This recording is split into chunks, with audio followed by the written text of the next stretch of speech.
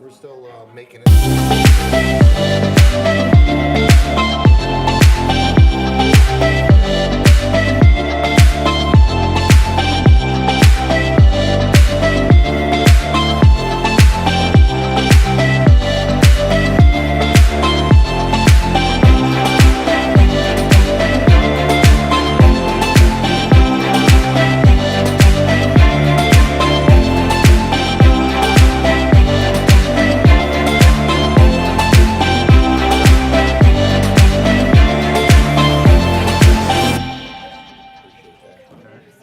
Appreciate that.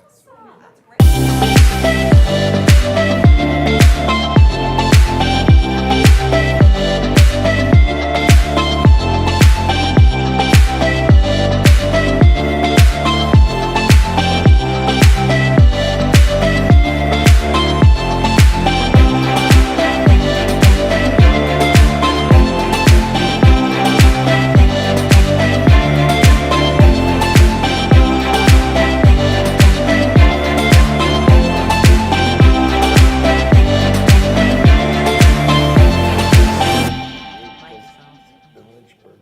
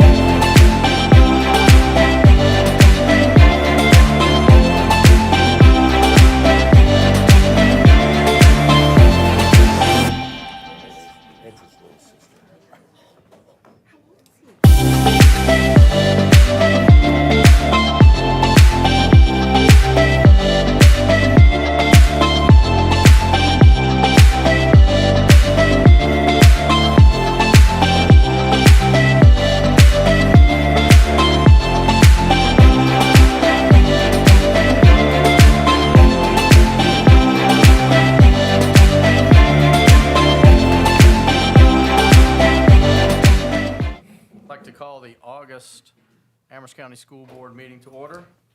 So if we could rise for a moment of silence and pledge allegiance, please.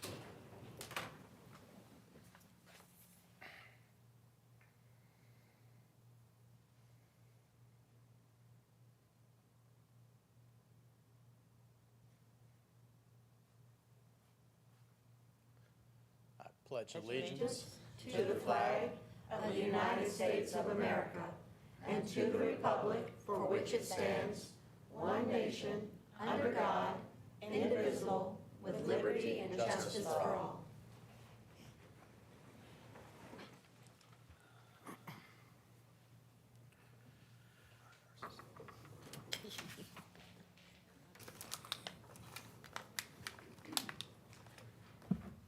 So, Board, I need a motion to approve the agenda. So moved. Second. All in favor? Aye. None opposed? Moving on to 2.01. Dr. Wells? Yes, sir. Mr. Chair, ladies and gentlemen of the board, we first want to talk tonight about recognizing our school nurses and school health assistants. I have a couple statistics for you. I just want to let everybody know. This past year, they had over 14,895 student visits. They had 27,600 services logged. They administered 12,705 doses of medication. They also conducted 1,720 health screenings. In addition to that, they provided much-needed service to our faculty and staff. And so I just want to say up front, we are very grateful for their service to our students in our county, and they have blessed us so much by being such a devoted and competent staff. And so I just want to take a moment to thank them for all they have done and all they do for the students in the school system. And so at this time, I would like to, I'm just going to name off all of our nurses and health assistants, and if they're present, have them come forward and we can recognize them. So first, Miss Jessica Meeks, Amherst County High School. At Amherst Middle School, we have Miss Blair Payne. At Manellison Middle School, we have Miss Astrid Kirschbaumer. At AEC, we have Miss Jessica Eubank. At Amelon, we have Miss Sabrina Carter. At Amherst Elementary, Miss Kristen Moorfield. At Central Elementary, Miss Erica Maddox. At Elon Elementary, Miss Michaela Davis. At Madison Heights Elementary, Miss Courtney Davis. And at Temperance Elementary, Miss Diane Mays.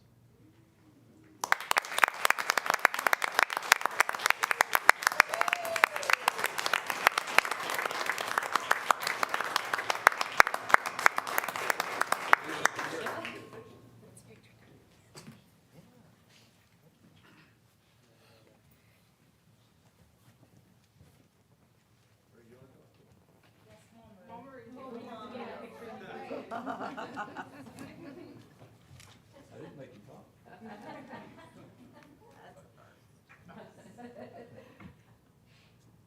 One, two, three. So I'm gonna take one with the flash, just in case. One, two, three.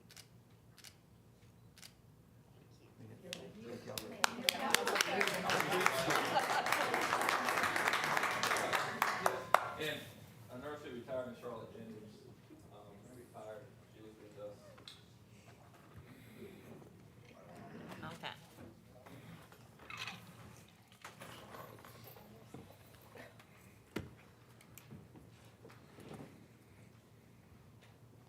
Okay, moving on to 3.01, public comment. I don't believe we had anyone sign in, is that correct? Correct. Oh, yeah, same. Hold on. Is there anyone from the audience who'd like to speak? Come forward, please. State your name and you know the drill. Good evening, Board. Sam Soger, District 2, Amherst County Public School dad. Thank you all very much for all that you do, and I want to give a special thanks to our teachers and administrators, because when you work in Amherst County, you're not just doing it for the money or the career. You're doing it a lot of times because of your commitment to your community. So that's why I'm super grateful for all of you, and it shows. And I think we have a great school system. I always want to hold them up.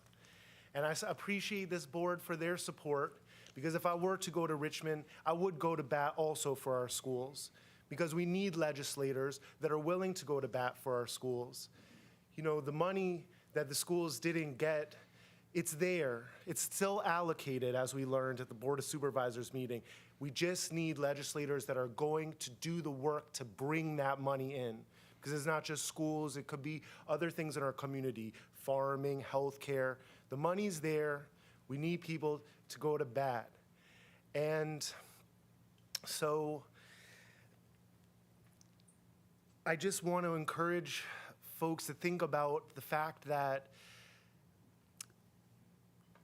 if Amherst was not borrowing any money, I would say, hey, I really respect that. We don't borrow money in Amherst. We're going to have to do it some other way. But Amherst does borrow money, and they've been doing that for a long time before your grandparents were born. You know what I mean? So it's like we just need to borrow a little bit more money. When it comes to the kids, the children, aren't you all willing to pull out all the stops to go to bat for your children? Because isn't the kids' education, the future generations' education, paramount importance, not just for those individual students, but for our community as a whole, so that they could come back into our community and become the next generation of great teachers, great farmers, great doctors, nurses, etc. So I think that We need to encourage our Board of Supervisors and all of our elected officials that they need to step it up for us. I think Claudia Tucker actually made a great point in the Board of Supervisors meeting up in Arlington, so to speak, or Loudoun County. They have a Taj Mahal for a high school. Why can't we have that? And our students definitely deserve equal treatment to any other student in the Commonwealth. So I want to thank you all for all that you do. Thank you for your leadership, because I know also it takes a lot to step up, and not everyone is willing to get up off the couch and spend their spare time doing the work for the community. And so I want you all to give yourselves a pat on the back, and here's to an awesome 23-24 academic year. Thank you, sir. Anyone else like to speak tonight? Seeing none, we'll move on.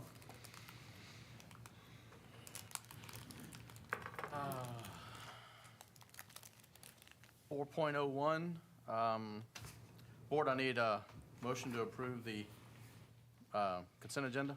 Make a motion that we approve tonight's consent agenda. Second. All in favor? Aye. Anyone opposed? None. Okay.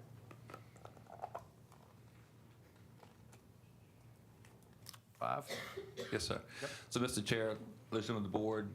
We do have tonight the policy revisions that were pulled from last month's discussion to bring back in front of you this evening. Again, we're here to answer any questions you may have, but again, those policies are in front of you, and we'd like, if possible, to make a decision on these policies this evening. Okay. Board, you had a chance to look at the policies that have been presented? Mr. Chair. Yes, ma'am. Yes, and I appreciate the board taking a second look at some of these and the work that you and your staff have done as well to do some drafting. When I reviewed them, I'm just going to sort of share what I see if there's agreement on it or not before we vote. I know we had discussed BDDL, which is a rather large policy. It's an optional policy. It's new. It is not one that's required from any changes in legislation. Talking with Dr. Wells and some of you, I feel like that is not a policy that we need. There are multiple ones that went along with that. They also had the B, in it. Didn't write them all down, but all the little B's. And the only reason they were in it was just to reference the BDDL. So I think after looking at the verbiage in it, that it could be a lot of work for a lot of committees that we don't necessarily have to have if they did, any kind of virtual committee meetings. So my take on, after discussion, is to just not adopt those. And that's how I'm going to vote tonight on that, I think.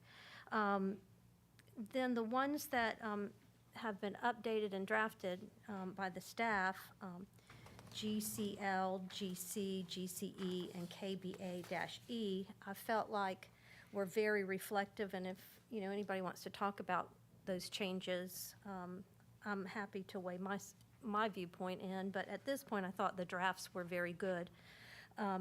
The only two that I wanted us to look at individually from my perspective was JCF and KF, and they were just two very simple edits. But from my perspective, I was very happy with the changes. Okay. Anyone else on the board? Okay. What the last two you just said? The two that I'd like us to talk about is JFC and KF. And again, they're just two little edits. So, if I may, unless you have a question, Ms. Justice. Probably the same one. So I guess if I may, so we would move, we need a motion to remove the BDDL and subsequent policies aligned with that from consideration. So that'd be one we'd have to do. And then you'd need a motion to pull JFC and KF from consideration. Then you could approve the remaining policy. and then we'd come back to JFC and KF. Okay. So we probably need a couple different motions in there to make that happen. Well, I'll make a motion that we remove BDDL and all of the associated policies. Do we have a Second. motion? Do you have a second? Second. Okay. Any discussion? Okay. All in favor? Aye. Any opposed? Okay. So Okay. we remove BDDL. All right, and those subsequent policies. So now you need a motion to remove, or you could remove JFC and KF for further discussion and approve the other remaining policies. Okay. And I make a motion that we remove JFC and KF for discussion and approve policies GCL, GC, GCE, and KBAE. Okay. So we have a motion. Do I have a second? Second. Okay. Any discussion? All in favor? Any opposed? None. Okay. Okay. So now Got that covered. discussion, So now, okay, talk about the edits you'd like to make, Ms. Thompson? Okay, if we look at policy JFC, page 1 at the very bottom, the last paragraph, it's currently worded, the school principal may notify the parents of any students who violate a school board policy, and I'm not going to read the whole sentence, but it's that first paragraph. And so what I would like us to consider is that we say the school principal, and in parentheses, put or principal's designee, because I don't know what our practice is, but it's probably typically the assistant principal. And to change the word may notify parents to shall notify parents, because I checked with Dr. Wells on the practices, we always do it anyway, so we might as well change it to shall. So if there's no immediate objections, I'll make a motion on that. Okay. All right, do you want me to make a motion? Do you want to do them together, or do we're you? probably doing separate. Okay, so let's go ahead and do them separate. Okay, I'll make a motion that for policy JFC that's in draft in front of us, that we change the last paragraph on the first page to the school principal, parenthesis, or principal's designee, close parenthesis, shall notify the parents of any students who violates a school board policy, et cetera. Okay, so we have a motion. Do I get a second? Second. We have a motion and a second. Is there any discussion on that? Yes, ma'am. Mr. Chairman, Yes, ma'am. what is our current practice? My concern is that by opening that parentheses or to their designee may open a door So- for Yes, ma'am. So less currently, top-down. so currently, if an assistant principal is dealing with a student situation, like, for example, the high school where they have 400 students apiece, the principal will not be the one making the phone calls for every time there is a minor infraction. If there are major infractions, typically the principal is involved in those phone calls, but for an infraction of something that doesn't rise to long-term suspension type thing, the assistant principals typically make those phone calls. So I think our designee does work for this situation. So that would reflect our practice. Yes, ma'am. Okay, thank you. Any other discussion? All in favor of the motion? Aye. Anyone opposed? Okay, hearing none. Got that one approved. Okay. KF. KF. Ms. Okay. Thompson, you had something? Yes, sir. Okay. On KF, we are currently using option 2. And if you look in the bulleted section, the third bullet down, it says endorse or encourage any violation of the standards of student conduct. And it looks like JFC/R has been struck and JFC student conduct has been added. I would like to make a motion that we approve KF, but in that third bullet, after JFC student conduct, that we put in parentheses, see policy JFC-R, because we still currently have It that. would be C regulation, because it's a reg. Deregulation. Yes, ma'am. Okay, see regulation. All right, so let me reword that then. I make a motion that we approve policy KF option 2 with the change on the third bullet After JFC student conduct, we would put C regulation JFC-R. Yes, ma'am. Okay, so we have a motion. Do I get a second? You got a second? Okay.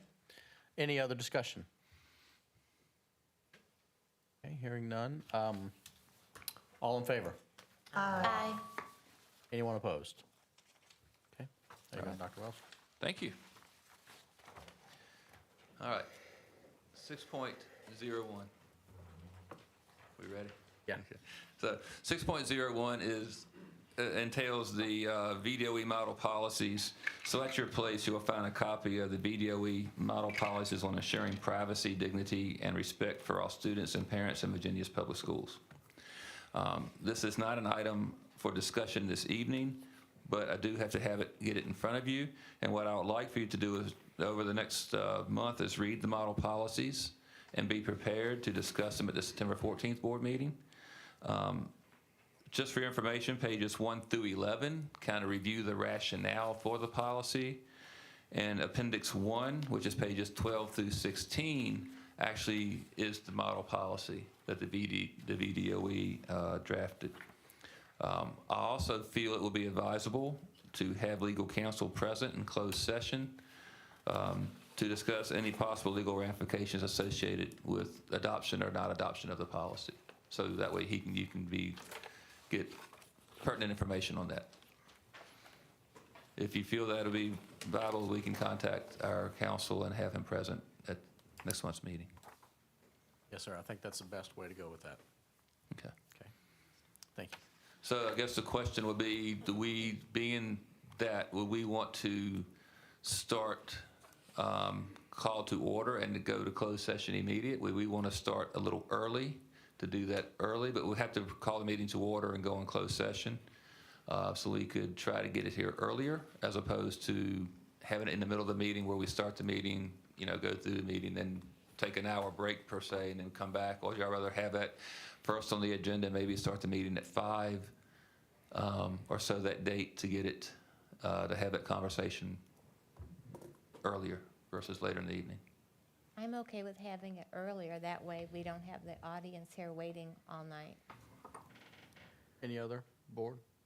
Mr. Chair, my only thought is, by having it earlier, we haven't had a chance to hear the public's comments and thoughts, which we might want to consider when speaking with our attorney.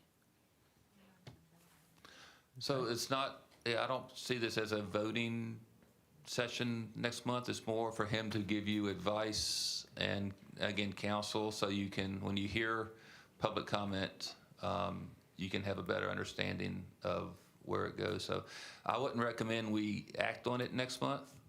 Next month is more to give you information on it and have some conversation, but the attorney can't give you that recommendation in public session. It has to be in, be in closed session. So, but I can make either one work. If y'all want to have public comment first, we could even start the meeting at 5 and go public comment and then go into closed session if you prefer. But I do think we need to start a little early, just because this could, to keep it from being so late of a night. Yeah. Ms. Thompson? Mr. Chair, So- I'm good with doing it early. I agree with that. Will that interfere with the discipline committees? Well, hopefully we won't have any, but Okay. we'll make sure it doesn't. Let's be optimistic.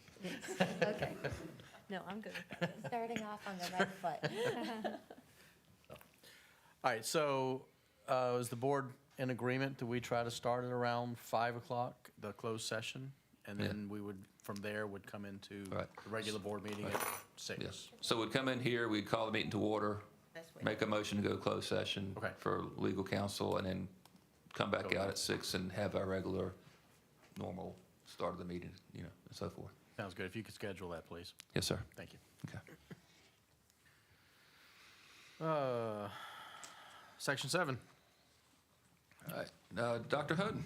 Yes. Mr. Chair, members of the board, as you know, we recently went to the Board of Supervisors where they asked us to table and bring them back some information So we've been working with our architect and also Jamerson Lewis, and Dr. Wells is going to elaborate on that a little bit more. All right. So last month, well, not last month, I guess it technically was last month, we met with the county, came to the Board of Supervisors and presented the options per their request for additional funding. It was kind of apparent that we weren't going to make any headway that evening, and the county chair, the board chair, asked us to come back with some different funding options and things of that nature. So we've been working with the architect and Jamerson Lewis to look at reducing the scope of the project. One thing that was requested by the Board of Supervisors, again, was what can we do on the money we already have, which is $18 million? What can we do for that? So I'll have that for them next week. I have to present to them on the 15th that evening. We are working with the county administrator and Davenport Financial to come up with a way that they can see how they can fund the project if we ask for additional money. So they've asked me to prepare, what do we get for $18 million? What do we get? We give you $3 million more. What do we get if we give you $7 million more? What do we get if we give you $10 million more? And what do we get for $14 million? So I'm working on that. I'll have that for them. But some of the things we do probably aren't going to be feasible to have 4 or 5 different spending plans just due to the scope of work. So we're working with Jamerson Lewis now to come up with cost estimates. Again, very broad cost estimates to the $1 million range cost estimates, not down to the $1,000 range, but because of such short notice, they're trying to pull us together in 4 or 5 days. So we're going to have an idea for them at Tuesday night's meeting as to exactly what we can get, what will we be cutting if we only get $18 million? What will we be cutting if we get $25 million? How's it all going to play out? So I'll have that for the board of supervisors. As soon as I get it prepared, you will get a copy prior to. It's just not prepared yet because I won't get numbers from Jamerson Lewis until Monday. So I won't be able to do my work I need to do until Monday to know exactly what's going to be for what. We have some ideas, but until I get at least somewhat reasonable numbers, I don't want to start making speculation and putting that out. So I hope Monday I'll have that from Jamerson Lewis, and I can prepare that for you so you're aware of it prior to the Board of Supervisors meeting. But then I will present, I've been asked to come back for the 7 p.m. Board of Supervisors meeting on the 15th with the county administrator and Davenport to go over the financials of what it means for the county and how they can fund the project, as well as what we would be getting for the dollar amounts that are presented. So I just want to bring you up to date on that. Now, if you have any questions, I'll be glad to answer. What was the date of that meeting? It's the 15th. It's Tuesday. Board, anything for Dr. Wells? Mr. Go ahead. Dr. Wells, I was wondering if the Board of Supervisors might consider maybe matching what we can raise locally, maybe? If they're not willing to go higher, if they would be willing to go to what they're willing to do and then agree to match whatever. Yeah, I think the issue, though, is I'm up for almost anything as far as getting it funded, but I think the issue comes down to by signing a contract, to have a dollar amount in front of us before we can sign a contract. We can't go to Jamerson Lewis and say, yeah, I'm going to sign a contract for you to do $30 million worth of work, and then, well, sorry, I only raised 25. So we have to know the dollar amount going into that. And so it's just, if we put it on pause and don't do anything for a while, but then we lose the ESSER funds that have to be spent by September of next year. Where do we spend that? It's have to be spent, so we would lose almost $5 million in funding that we'd have to come to the county for to raise $5 million more dollars. So that's kind of where we are there. Thank you. Mr. Chair? Yes, ma'am. Yes, I was wondering if there was any more news on the grant at all from the state? So we received a superintendent's memo stating that it would be posted in early September for application. And so we are going to apply for it. But that's all we've heard so far, is that there's around $85 million sitting there. They're going to re-advertise it, and we can apply for it, but other schools can apply for it also. So, I mean, we're still fighting the same battle, but we have some ideas on what will make us look, a little better this time. And Or a little worse. or, yeah, depends on how you look at it. Make us more competitive, I'll put it that way. So we're gonna go that route. But the biggest thing that's hurting us realistically is the county debt service. Is, they have a low debt service number, and that's one thing to look at. Instead of rewarding people for taking care of not having a lot of debt, there's a consequence for not having a lot of debt. So, but we can't be victims, right? We have to move forward and do the best we can of what we have, and that's what we're gonna do. All right, thank you so much, sir. Yes, ma'am. Anyone else on the board? One quick question. Yes, ma'am. Can you talk about the different, I guess, not phases, but levels, like we need this much more money, we need. I can So. give you my rough quest- ideas. Yes, but I mean, I wanted to know the impact on the CTE classrooms. Right. Will we still be able to expand, or will that be restricted? So if all I have is 18 million, just looking at, again, these are very broad numbers right now. The auditorium project came in at $11,090,000. The classrooms on there came in at around $2 million. So around $13,500,000 to $14 million is tied up just in the auditorium itself. The site work to get everything to grade came in at an additional $2,010,000 to get the site work done. The back parking lot and all that worked in so we can be at the same grade as a school.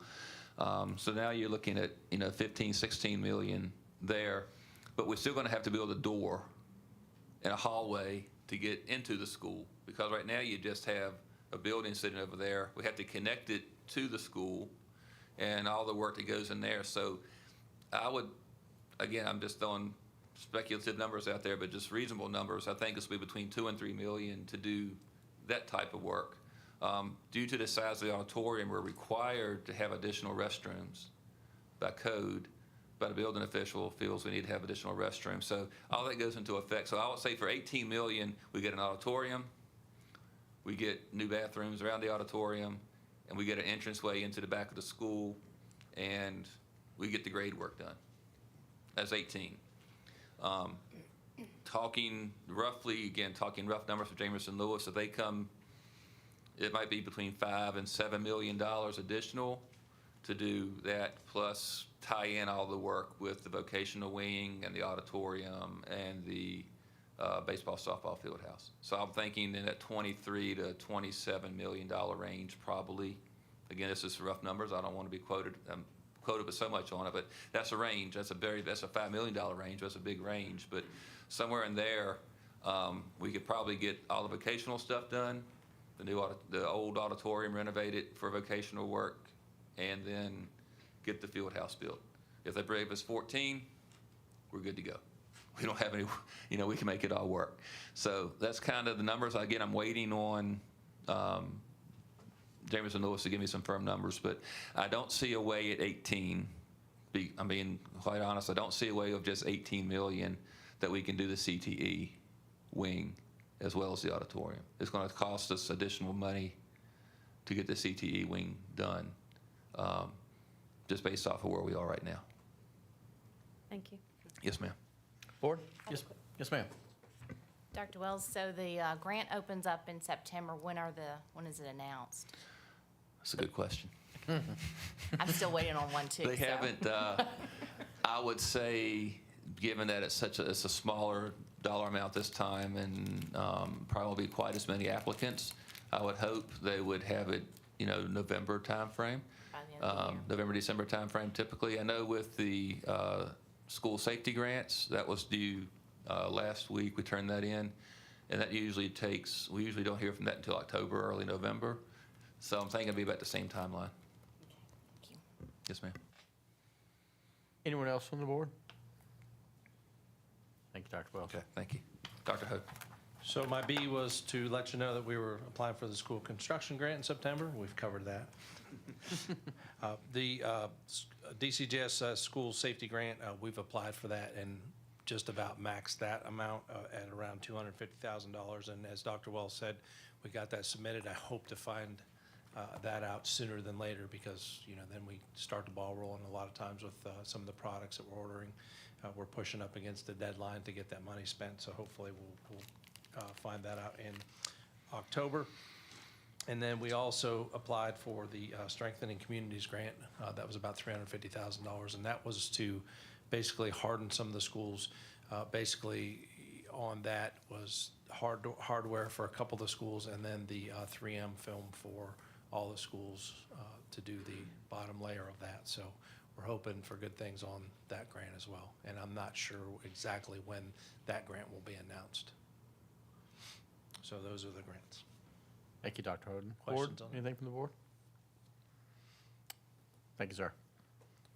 Okay. 7.02, you have a sign-up sheet for the Student Accountability Committee, the SAC. So if you would be so kind as to pass that around and sign up as we always have on that, and then give that back to Mr. Terry. If you have to look at your schedule and get that back to me next month, that's also fine. So if you don't feel like you can do that tonight, that will be fine to get that next time. Yeah, we need to get it on the calendar early. Yes, yes, sir. Thank you, Dr. Hoden. Questions on that? Okay. One? No. Okay, 7.03, the Discipline Committee. So what we have for the first semester would be Ms. Thompson, Ms. Berg, and Mr. Arasi, with you, Mr. Terry, as the alternate, and then we would do to be determined for second semester, if that's okay with everyone. Board, you all good with that? Yes, sir. Thank you. 7.04, you should have the new school crisis plans. Not a lot has changed on that from this year, so if you'll review that. If you have any questions on that, we would have to answer that in closed session, though.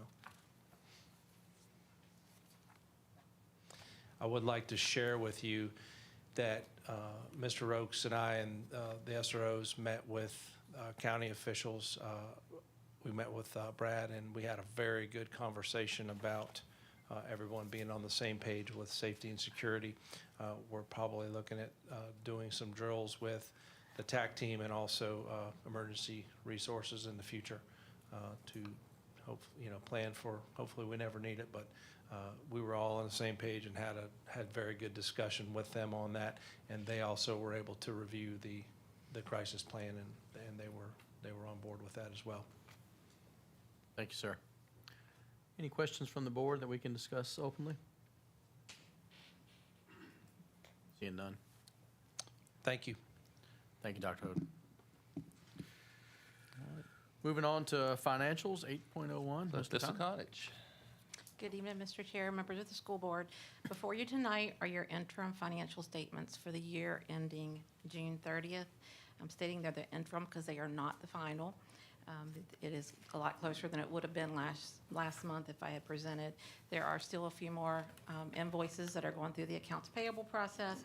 Next week, we will get our August sales tax, and then by the end of August, we will then true up and adjust for our health insurance. But as you can see in those reports, our revenue is exceeding our expenditures. When you look at the amount, it is well over $2 million. Just keep in mind that we have this one-time school construction money that we've talked about, and that is falling into the year-end balance that will go into the capital improvement. So when you see that, I know I've been talking about the revenue concerns and all. We've always intentionally held that aside, so just want to point that out. The object code summary report, if you look at that, I just want to show that in the major classifications, the major categories, there are no overages, no negatives, which is where you want to be at the end of the year. And just finally, want to point out that when you look at the child nutrition, you may have noticed that the revenue is slightly less than the expenditures, which normally is not a good thing. Just want to remind you that in May, we had brought to you the FY22 the excess balance corrective action plan. And the way for them to spend down prior year is to overspend their budget. So that is, again, normally it's something to be alarmed about, but not in this case. Do you have any questions? Questions from the board? Yes. Justice? Mr. Chair. Yes. Ms. Lukanich, so if I'm understanding correctly, that quote, overspending in that is because we have a positive surplus? That Is is that correct. correct? Okay, Correct. so we're using that. All right, thank Yes, you. ma'am. Anything else from the board? Thank you, Mr. Connage. Dr. Wells? Dr. Norman, instruction. Thank you, Dr. Wells. Mr. Chair and Madam Vice Chair, members of the board, I'm bringing to you tonight a couple of presentations, and the first one is our preliminary SOL data. It is on board docs for you to view. You do not have a printed copy of this, but please, you can ask me or Mr. Neighbors any questions that you have as we go through it. The first thing I need to make sure that you're aware of is that this is just preliminary, raw data. It is collected by us as a school division as we go through testing through the months of April and May. In our spring testing window, it is not VDOE release data, so this is just our calculations of how our kids did. The overall student data is total test takers, so that's the total number of kids that just showed up and took the test in the spring. It's by core content, which is our math, reading, English, and history that they take, and it's by grade level, grades 3 all the way through our end of course test, ending up in our 11th grade. It is not, what we're going to show you tonight is not school specific. It is a very 30,000 foot view of division level data by grade and by content. The way that we were able to make sure that you could understand if we were growing in an area or declining in an area was making it comparable to our 21-22 last year's raw data. So you're able to compare last year's raw data that we had to this year's spring raw data. So 22 raw data compared to 22-23 raw data. Any questions in regards to what the makeup of the data is that we're getting ready to show you? Okay. Thank you. Now, what have we done with the data so far? So before you take a look at it, we want to kind of let you know exactly what has already started taking place the first day that we got results back in regards to students taking tests. In regards to the division leadership, all the data was pulled from our VDOE assessment system. It was disaggregated by school, by content, by grade level, by subgroup. The data analysis, actually, it was completed overall, which we're going to show you tonight, and then by subgroup, which we really need to tweak that. We need to make sure that those numbers are accurate before we give that to you in, as a board. July 31st, we had a data training and review meeting, and I'm going to ask Mr. Neighbors, he was here for that training, just to comment on what was done with the administrative staff. Yes, good evening, Mr. Chair, members of the board. First, wanted to say a big thanks to the instructional team. Tremendous amount of work was put into constructing that day for our administrators with an eye to two different things. One, we wanted to ensure that we were assisting them in the analysis of the data. The other being we wanted to equip them to then be able to go back to their faculty and staff, to their leadership teams, and facilitate those conversations as they were also unpacking that data. So it was not about us dictating to them what they should be seeing from their data. It was really helping them understand what their data is, how to look at it, and then what's right for their school is being done when they're looking at the continuous school improvement plan. I think that day was a resounding success. We were able to split out. So we had secondary schools, our 2 middle schools and high school and AEC, in the morning. We had our elementary schools in the afternoon, which really allowed us as a team to pivot and have that different perspective that's necessary when we're talking about those different levels, working with those different administrators. And because Mr. Crawford is back here on the back row behind me, I'll make special mention of him. The way that that team was able to dig in was very reflective of the rest of our groups throughout the day, really being intentional about how they were stepping through each part of that data, ensuring they weren't leaving any particular group or any particular subject area behind. A lot of time was devoted to it. And again, just very impressed with the team here and the teams at each of the schools that came and engaged with that process. Very successful day for us. Thank you. So what we're doing right now is that same information that he gave you in regards to how they pulled for our preliminary school collected data. The state has released its data, and we are now doing that same process with that information, making sure that we are very specific with our subgroups, where we are showing strengths, where we're showing weaknesses, specific by grade, by content, by teacher, by school. So that process is taking place right now at the division level, as well as what we're getting ready to talk about at school leadership.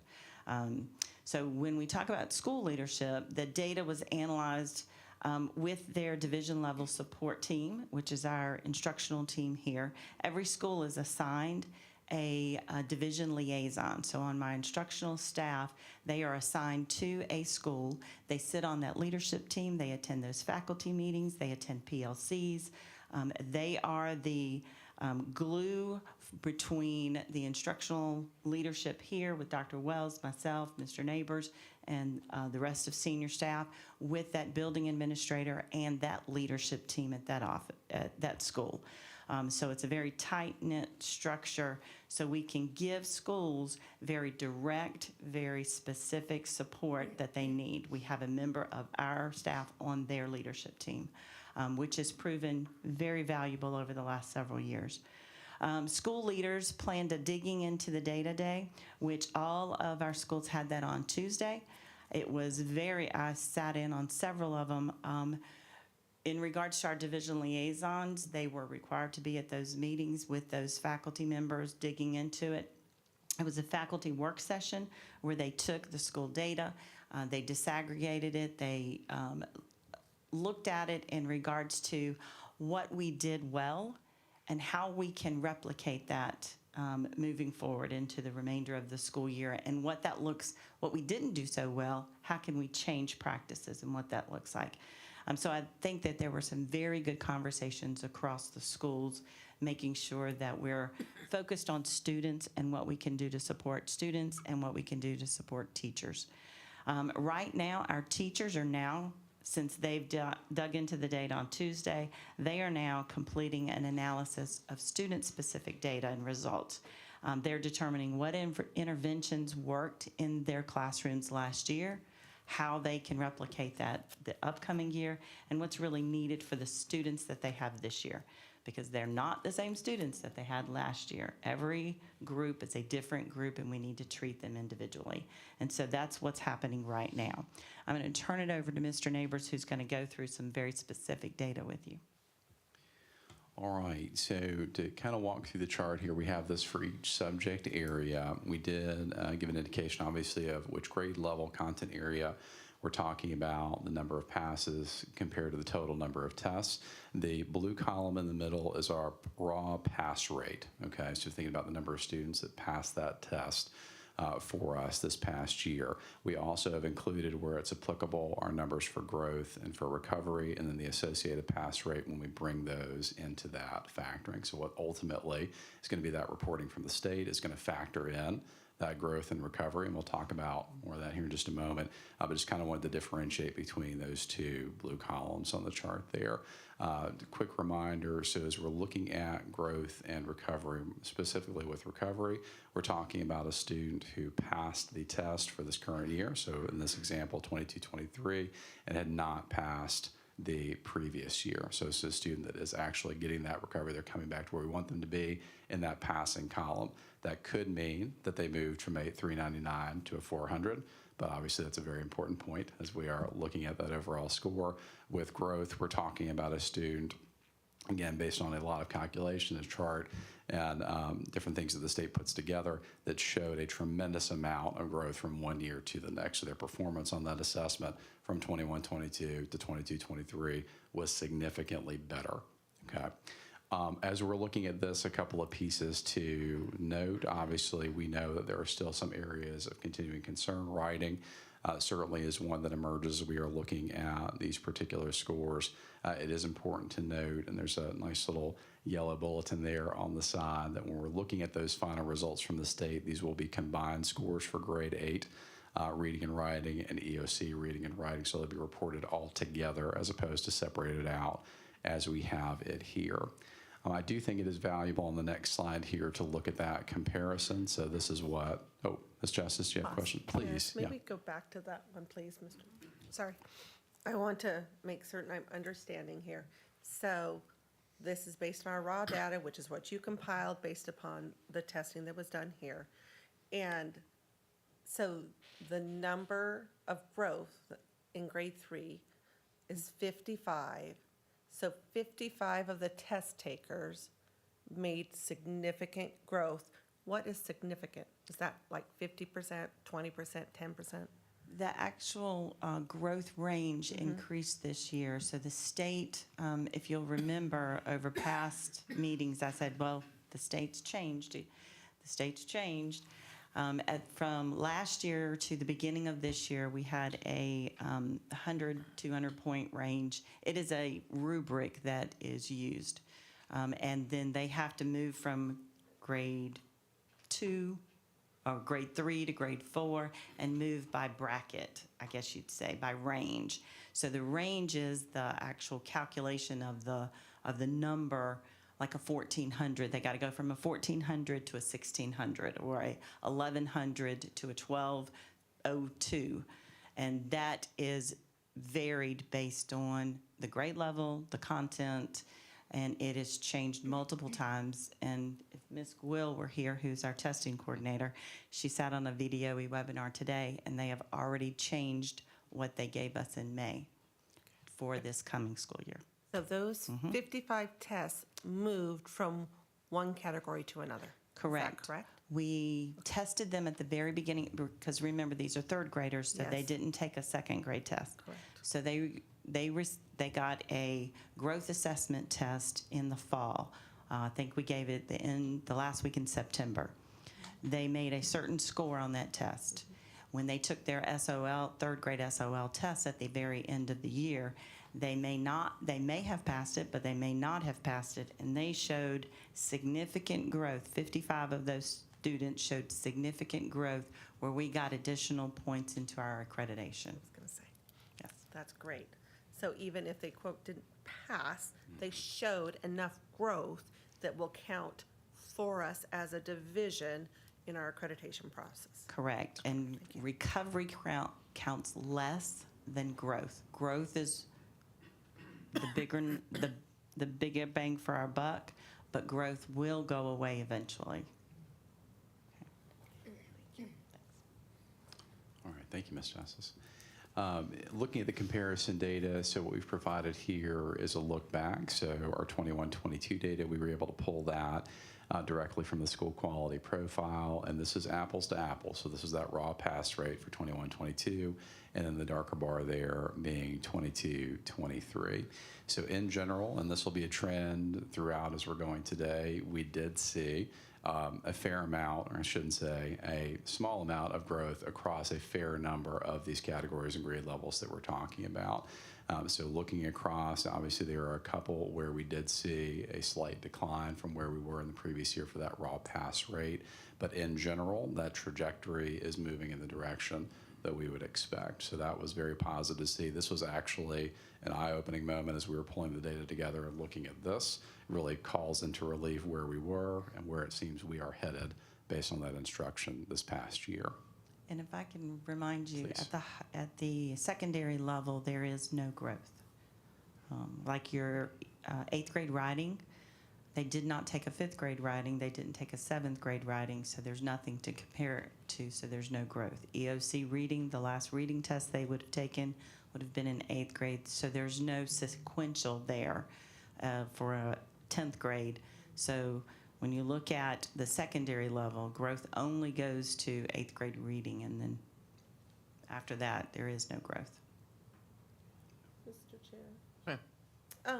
I'm looking at the 3rd grade, and the dip there, is that typical for 3rd grade, or what do we attribute that to? Because the others are, pretty fair for accelerating. But that 3rd grade, and it's compared from 21-22 to the 22-23. So you would think they had more class time. Did we have more students in? Well, you also have to remember that this is a reading test. Yes. So these are the children that were learning how to read, like literally learning their letters, their alphabet, how to combine words during the pandemic when they only were in an elementary school doing a hybrid of 4 days a week, and they got reading in the morning and math in the afternoon, and that's what we focused on. So they lost instructional time at a very significant time in their reading, in their life. So the 21-22 kids, they had that. They had that 1st grade, basically. Kindergarten. In pre-COVID, that kindergarten in pre-COVID. So this is the first, essentially, class. Thank you very much. Tested class, Okay. yes, ma'am. Thank you. All right, moving on to math, again, set the chart in the same way there. Looking at those pass rates, obviously there is a little bit of sticker shock with some of those. We're talking about the raw pass rate.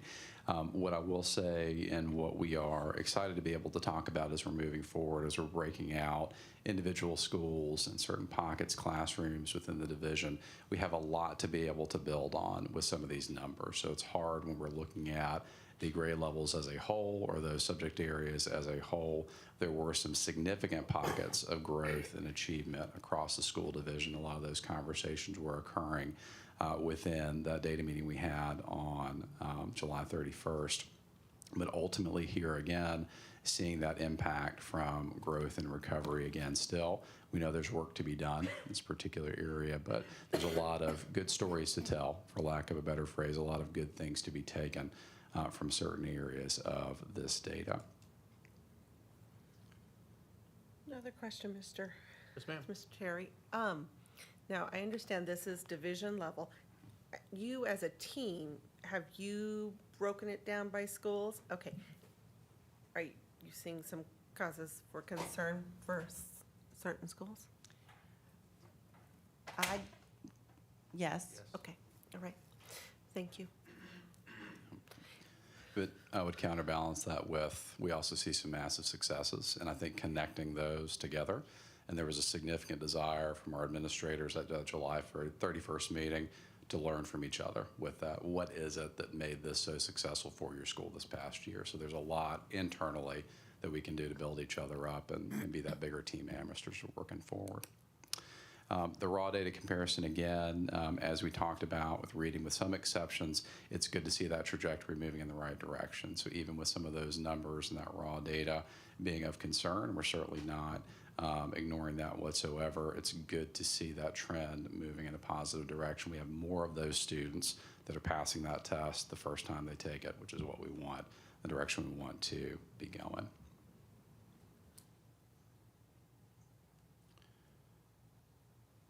All right.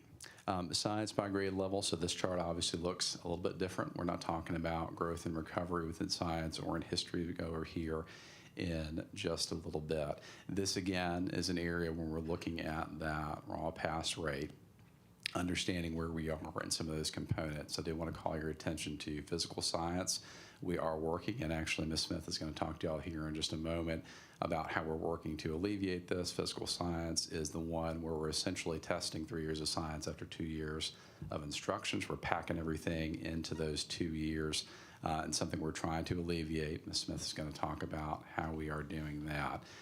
Ultimately, though, looking at that earth science and biology pass rates, that's also something that we are looking to correct when the time the students get to a biology assessment. There's a motivation concern because of what's necessary for verified credits for graduating, understanding the realities there for some of our students and working to make that more meaningful for them, maybe is the right word with them. Again, as has been the trend here this evening, looking at our comparative data, again, a lot of good to be able to take from that. I know the board is aware last year as we're talking about biology, there were a number of different factors and considerations there. Quite frankly, when I saw this number, I'll just speak for myself personally, I was glad to see that that's where we had landed with that. Again, not that there isn't work to be done, but all things considered, was pleased with that. So looking at the overall trajectory, and again, I think that's a really good piece takeaway from tonight. Really glad to see that we're headed in that direction. If the board would allow it, I would like to pause for a moment and let Ms. Smith talk a little bit about some of what she has been looking at with the overall program for science. And I think she's ready to share. Thank you. Good evening, Chair and to board members. You should have in front of you a letter or possibly a memo stating a transition we are making with the science pathways starting in the middle school. We are making this transition to be in line with what's happening with our surrounding counties. We're finding as students transfer into our division at times that their course pathway for science is not in the same sequence as ours. In order to strengthen up the science background that students are gleaning before they enter into an end of course. Yes, it has the chart on it. It has a chart at the bottom. Yes. We have changed the science pathways for one of two reasons. The first one being the practice has been in Amherst County to teach the middle school courses on a trajectory that makes it challenging not only for the teachers, but especially for the students. We have in the past taught life science in 6th grade, physical science in 7th grade, and earth science in 8th grade. When they take that earth science in 7th grade, it is compiled of a test that will test not only physical science, but also life science, as well as grade 6 science. In that sequence that I just mentioned at the top, 6 science is not mentioned at all. They are embedding the 6 science standards into life science and physical science. So really, they're teaching 3 years of content in 2 years. That is challenging for a student to gain any type of foundational skill set with scientific knowledge with that type of fast-paced trajectory. So with the spreading out of the content by removing the embedding, but actually making grade 6 science the science you take in 6th grade, life science the science you take in 7th grade, physical science the science you take in 8th grade. It will then move earth science to the high school. It is an end of course credit, and having that placed in the high school we think is a better fit for students. The transition that we're moving into this year, we will still have physical science in the 7th grade because that's the trajectory those students are on. But this year for 6th grade, general science will be their science, and in 8th grade we will have environmental science. Environmental science was designed to strengthen skills and background knowledge in scientific studies and also build environmental literacy. So that's going to strengthen them up prior to them going into an end of course test, being biology and earth science at the high school level. So we really think this is a better fit and better for students to make this transition into this new pathways. And if you have any questions about that, I'll be glad to answer them. Board? Thank you, Ms. Smith. All right, thank you. And just want to end there by saying thanks to Ms. Smith. She has already been able to speak with the affected science teachers as well as administrators. And I think it's fair to say that everybody's pretty excited about the new plan. So that was good to see. All right, well, finishing up with history again, we had that by grade level, not including any growth and recovery. Here's that raw pass rate. As has been the case throughout the evening, understanding that there is some sticker shock there with some of those numbers. I will call to the board's attention, much like we talked about with science, when we're talking about World History 1 and then everything below that. The assessment that World History 1 is often the last time it's truly meaningful for the vast majority of our students. After that, we're not sitting for those assessments worried about that impacting our graduation or being that necessary verified credit. Not the best thing to say. We hope that we always take those seriously, but understanding there's some reality there from the numbers of students taking the test as well as the overall perspective on whether or not that would need to be passed. The comparison data on history, again, follows the trend that we've been talking about. We are seeing that upward trajectory. We have more students that are passing those assessments. They're going through the first time, so that's a positive. That's good. That's the direction we want to be headed. But again, knowing that there's work to be done in these areas as well. Mr. Neighbors, Yes, ma'am.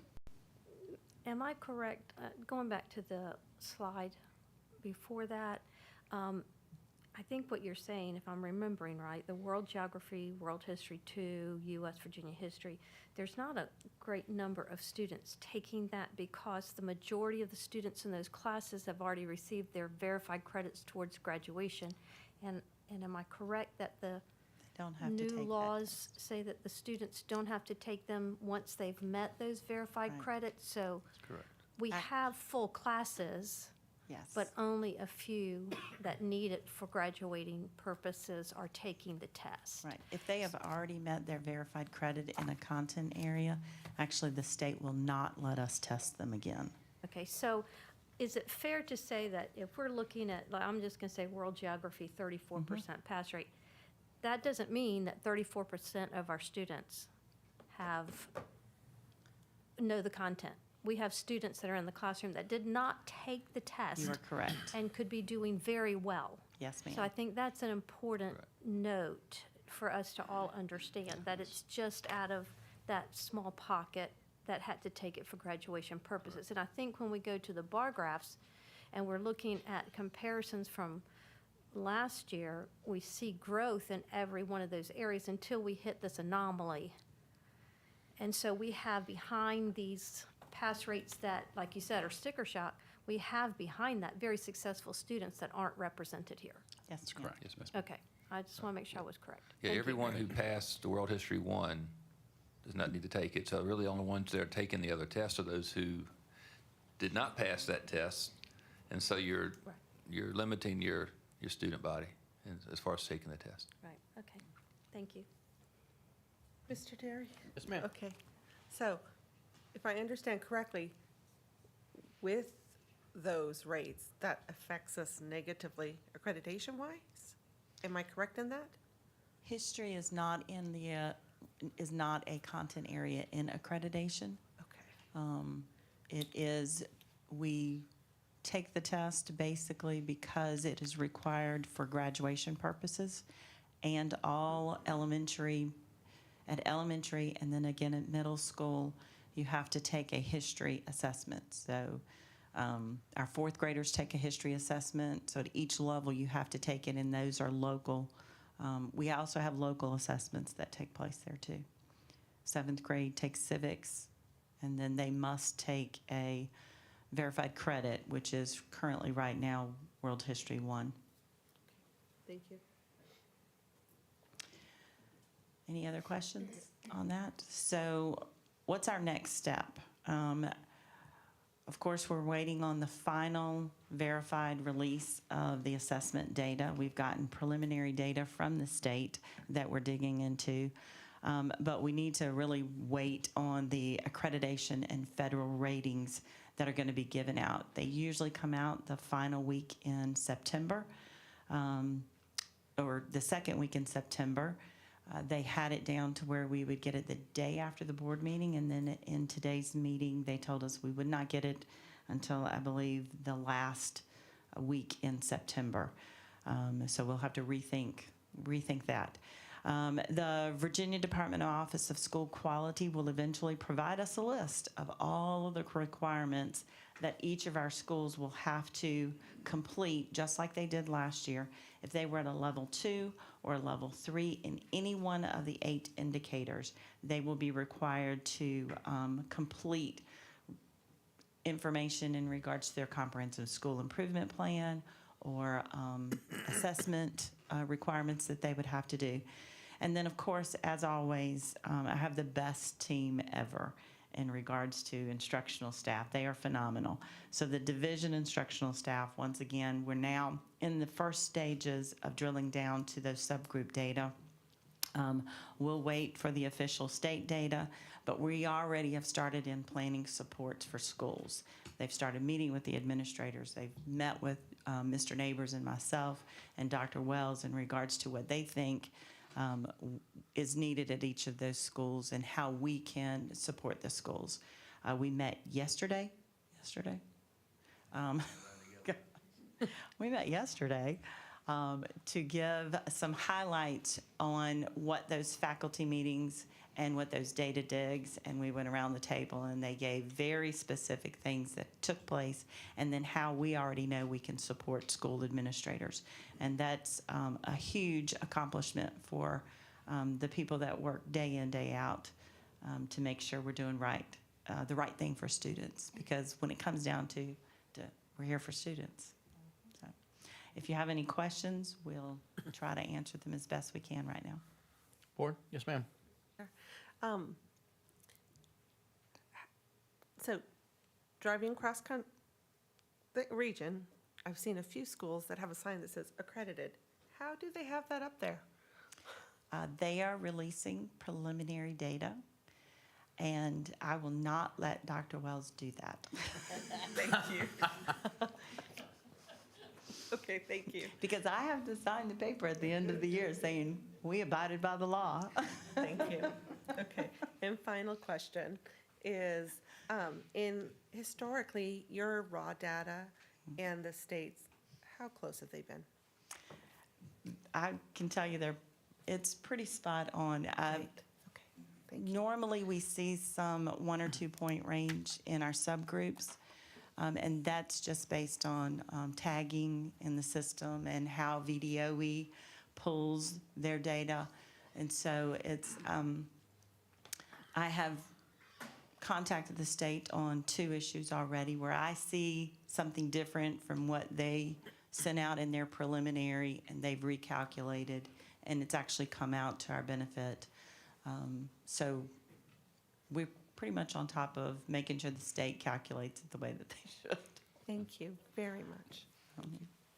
Anything else on the board? Our scores secondary scores should go up due to the fact we just finished testing in summer sessions. I think we're going to talk about it a little bit more later. We will. Any other questions? Anything else? I just want to say thank you for the preliminary data. I know that you guys are using it to really dig in. I've seen you do that before.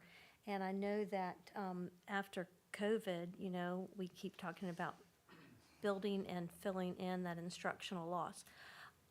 While the scores aren't where we want them to be, they're never going to be where we want them to be until every student is passing that test or every student is successful. I'm excited to see that in the majority of the areas, we have grown over last year. And so that means you're doing what you set out to do and you're filling that instructional gap. And I know when we had the drop after COVID, some of the new board members were like, that you talk about sticker shock. And I said, being on this board before, I've seen us where we've been at places where we are now. And you and your team have worked and brought those scores up. And I looked at my fellow co-workers and I said, they're going to do it again. And while I want more than this, like you do, I'm just very, very pleased. We have a little work to do in writing and a few odd and end areas here and there. But if you keep doing what you're doing, it's going to keep growing. And we will be on track. So I just want to say thank you. I appreciate that very much. Thank you for saying that. I appreciate it. Okay. Anything else on the board? Thank you, Dr. Norman. Thank you, Mr. Neighbors. So our next presentation, I have asked Dr. McGinnis, who handled all of our summer academies. I wanted to make sure you had the results of who participated and what took place, and then what that looked like in our data. And so Dr. McGinnis, I think he's somewhere around here. There you go.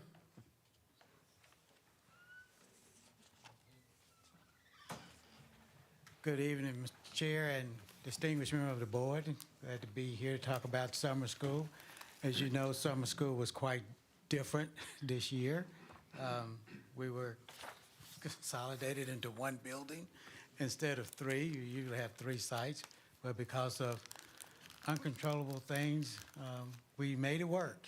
And so I'm here to share just a little bit of the success that we've had with summer school.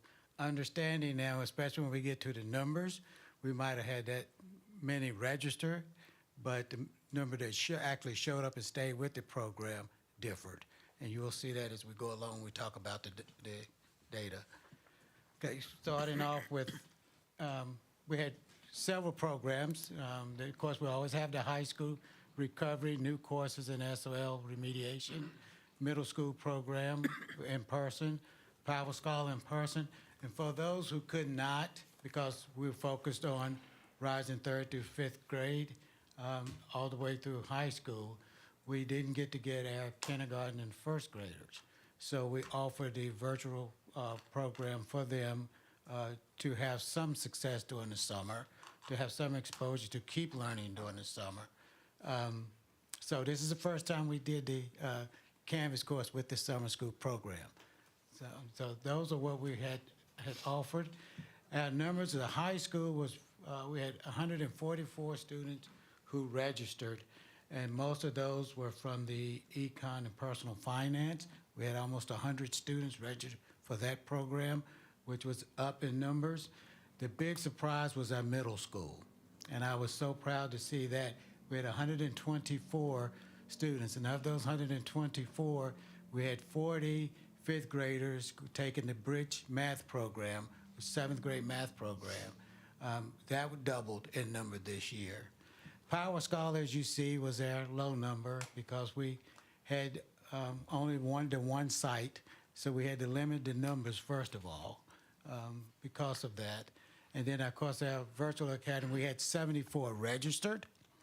But I'll tell you, of those 74, we had 43 who actually participated and stayed with it. Attendance rate was pretty good. And secondary, I will tell you, attendance rate was actually went up. It actually was 84 when we did the final total. So that should be 84. It was 79 when we did this, but when we recalculated, they was at 84%. Elementary, of course, always do a good job with the attendance. They was at 84. Our virtual Canvas course, however, was at 36 because the kids did not show up. And the good thing about that, we even had teachers who would check in with every grade level at a certain time of the day for each grade, but the kids didn't show up. So that was the problem you'll see throughout this. Looking at our Power Scholar math, this is our rising second graders. Now you notice the numbers that we had was 104 because some of the students take vacation at a certain time at different times. They miss either the pre-test or the post-test, so we can't get a good reading on them. So what you see are those numbers that we did get a pre and a post assessment from. So our rising second grader, we had 21 scholars. 17 made growth, and notice that I asked them I meant to ask them to give me the 0.5 half-month growth, but they gave me, and which was really great, the 1 month growth. So what you see there are the number of students. 81% of those 21 students made a 1 month growth, and we only did 15 days of summer school. So I thought that was outstanding for them. Actually, they missed one day because a squirrel got into the transformer. So I thought that was really great. Our rising third grade, rising fourth grade, we had 70 that we actually gave pre and post tests to. 17 of them met the 1 month growth. So that was at a 57%. And then our rising fifth graders, we had 15 of those met 1 month growth, which is 79%, giving us a total overall of 70% of students who we pre and post test that made 1 month growth in math. Okay. In reading, rising third grade, we had 21. Of those 21, 14 we had pre and post test for, which was 67%. Rising fourth graders, we had 14 out of 17 meeting 1 month growth, which is 52%. And of course, our rising fifth graders, we had 8 out of 19 meeting 42% for reading. So those were basically our lowest. But once again, these are the ones that we actually had a pre and post test for. Okay. Middle school, as you see, middle school we do differently. The teachers actually look at the data that end of the year and how the students did, and they pulled out those data that they need to work on. And the program is accelerated. So our sixth graders would be working on those skills that they will be working on for next year in seventh grade. So you have fraction, decimals, and means and medium for math, as you see there, in reading for sixth grade, with fiction, literacy, and figurative language. Now, I want to, if she could bring up the point, I want you to see the profile sheet, Renita, that I want you to see. They don't get grades, but they do take a pre and a post test, and they receive a profile sheet for each student. And I have a blank one here, I do believe. But the profile sheet, actually, each one of those skills that you see there, they rate the kids on. And they give a mark whether they passed or didn't pass it, and they leave a note for the teachers. These profile sheets are given to teachers for next year. So they see where the students are and what they left out on these skills that they had targeted to work on for each one of those. So every child got a profile sheet. But now I would tell you, like I said, if they showed up to take the post test, we have a score for them. So I have a little, I want you to hear how students not being there really hurt us, and we can't get a true data point on them. So for grade 6, just looking at math fraction, we had 13 students who actually took the post test out of 24. 9 of them passed, so it was at the 69% where they met for the fraction decimal. This, can you go back, Randy? Okay. For the second one, means, medium, and mode, for the sixth graders, out of the 13, we had 8 that successfully met that goal. And for the practical problems, we had 9 out of 13. Basically, the sixth grade was for math, at a 62% passing rate there. And those are the ones that we could actually test, get there. Seventh grade for math, you're looking at 14 out of 21 for computation, which was a 67%, 10 out of 21 for pattern, fraction, and algebra. Coordinate planes, we had 14 out of 21 too, which is 67%. So the lowest being in that area would be the algebra that they needed to work on. So the teachers would see that from the profile sheet of this student and so on. And it's the same thing with reading. And reading, of course, was the lowest. For instance, out of just the sixth grade, for just fiction and literature, we only had 7 kids who were there to take the post-test. Even though we put out the beginning, we need kids every day. We know summertime is vacation time, and hey, we have to work with that. But this is not uncommon. We ran into this last year also. So moving on to, so this is what the middle school get, and these sheets are passed on to the teachers. High school, the credit recovery and new courses, we had 139 students, 135 passed the class. So that's what this summer school class. 3 passed the SOL test. So once again, as we talked about the high school scores, that should be factored or will be factored into their accreditation. And we had 84 who passed the WISE test. And some of the WISE tests is basically for the reading and also for writing. So the high school should get credit for that also because they received SOL credit for that. Work keys, 34 students took the work key. Out of the 34, 28 passed the work key test, and some of that has also included the writing and the reading that they get credit for. But we had 5 students of those 28 who received their National Career Readiness Certificate, which means the job that they're doing, they're ready to perform out in the real world. And so that concludes that. If we have any questions, I know it's quick and short, but once again, even though we had a short summer school, we had some successes in there. Like I said, we would love to see our little ones back in there, and hopefully we will next year. But because of certain uncontrollable circumstances, such as the construction, we had to limit it and the budget. It was definitely different. Thank you, Dr. McGinnis. If I can add one thing, he did make a comment on the 1-month growth being, they were only here for 15 days, but they calculated it at 1 month.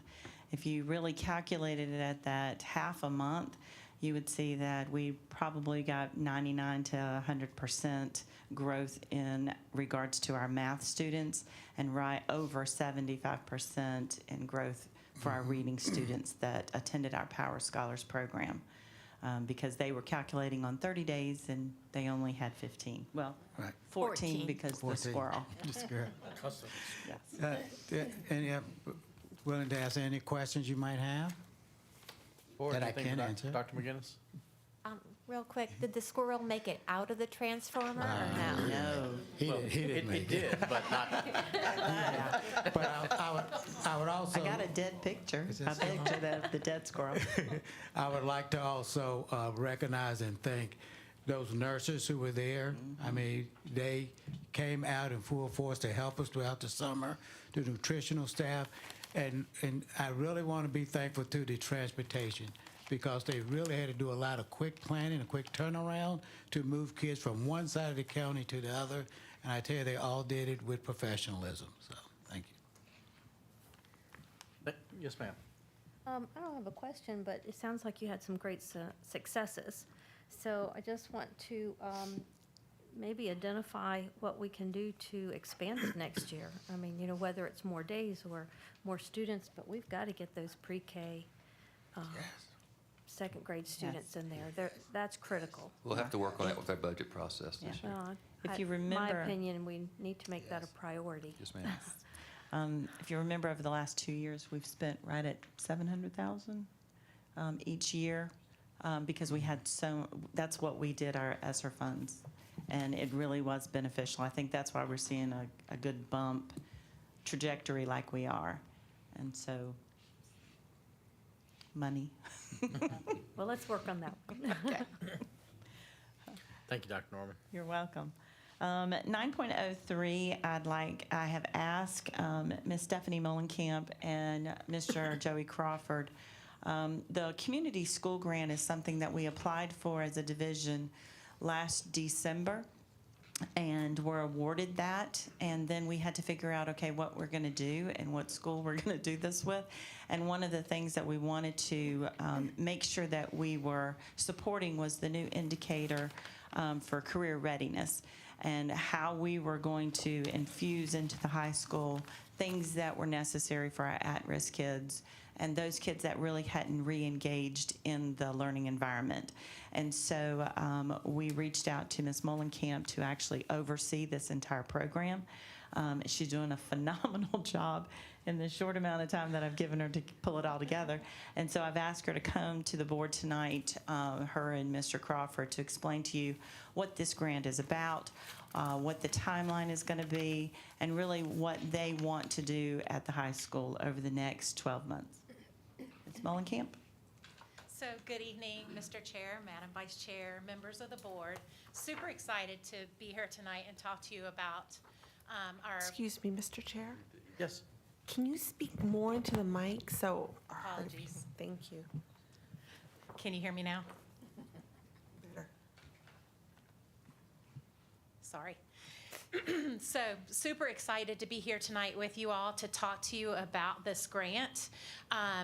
First, we want to just share with you the timeline. So we applied for this grant in December of 2022, specifically on December 9th. We submitted that application and we were notified on January 11th that we received the grant. We applied for $476,250 and we were awarded $324,375. So, and also we must spend all of the grant monies by June 30th of 2024. So you can see just a snapshot of our budget. The first line item is really our grant management, and then the services that we're contracting from community partner agencies that they will be providing to our students and families, in addition to things like tutoring services, charter buses for field trips that are further away, translation services, and things like that.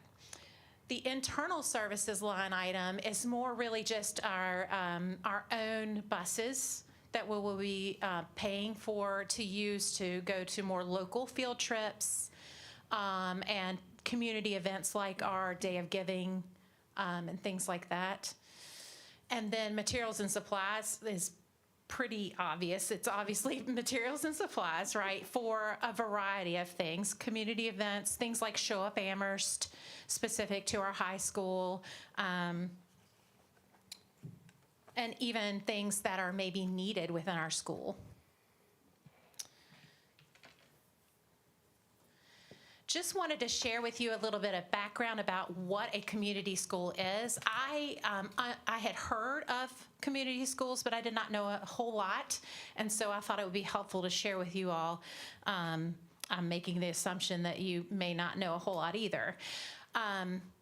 This particular definition in front of you is actually an older definition. The first community school was established in the early 1990s, so it's like a 30-year movement. It's about 30 years old, and it's evolving. So you can see this really speaks to a place where we are partnering between a school and our community resources, which is absolutely what we're trying to do, and really focusing on those academic services, supports, and opportunities so that we can strengthen our students and our families and our community ultimately.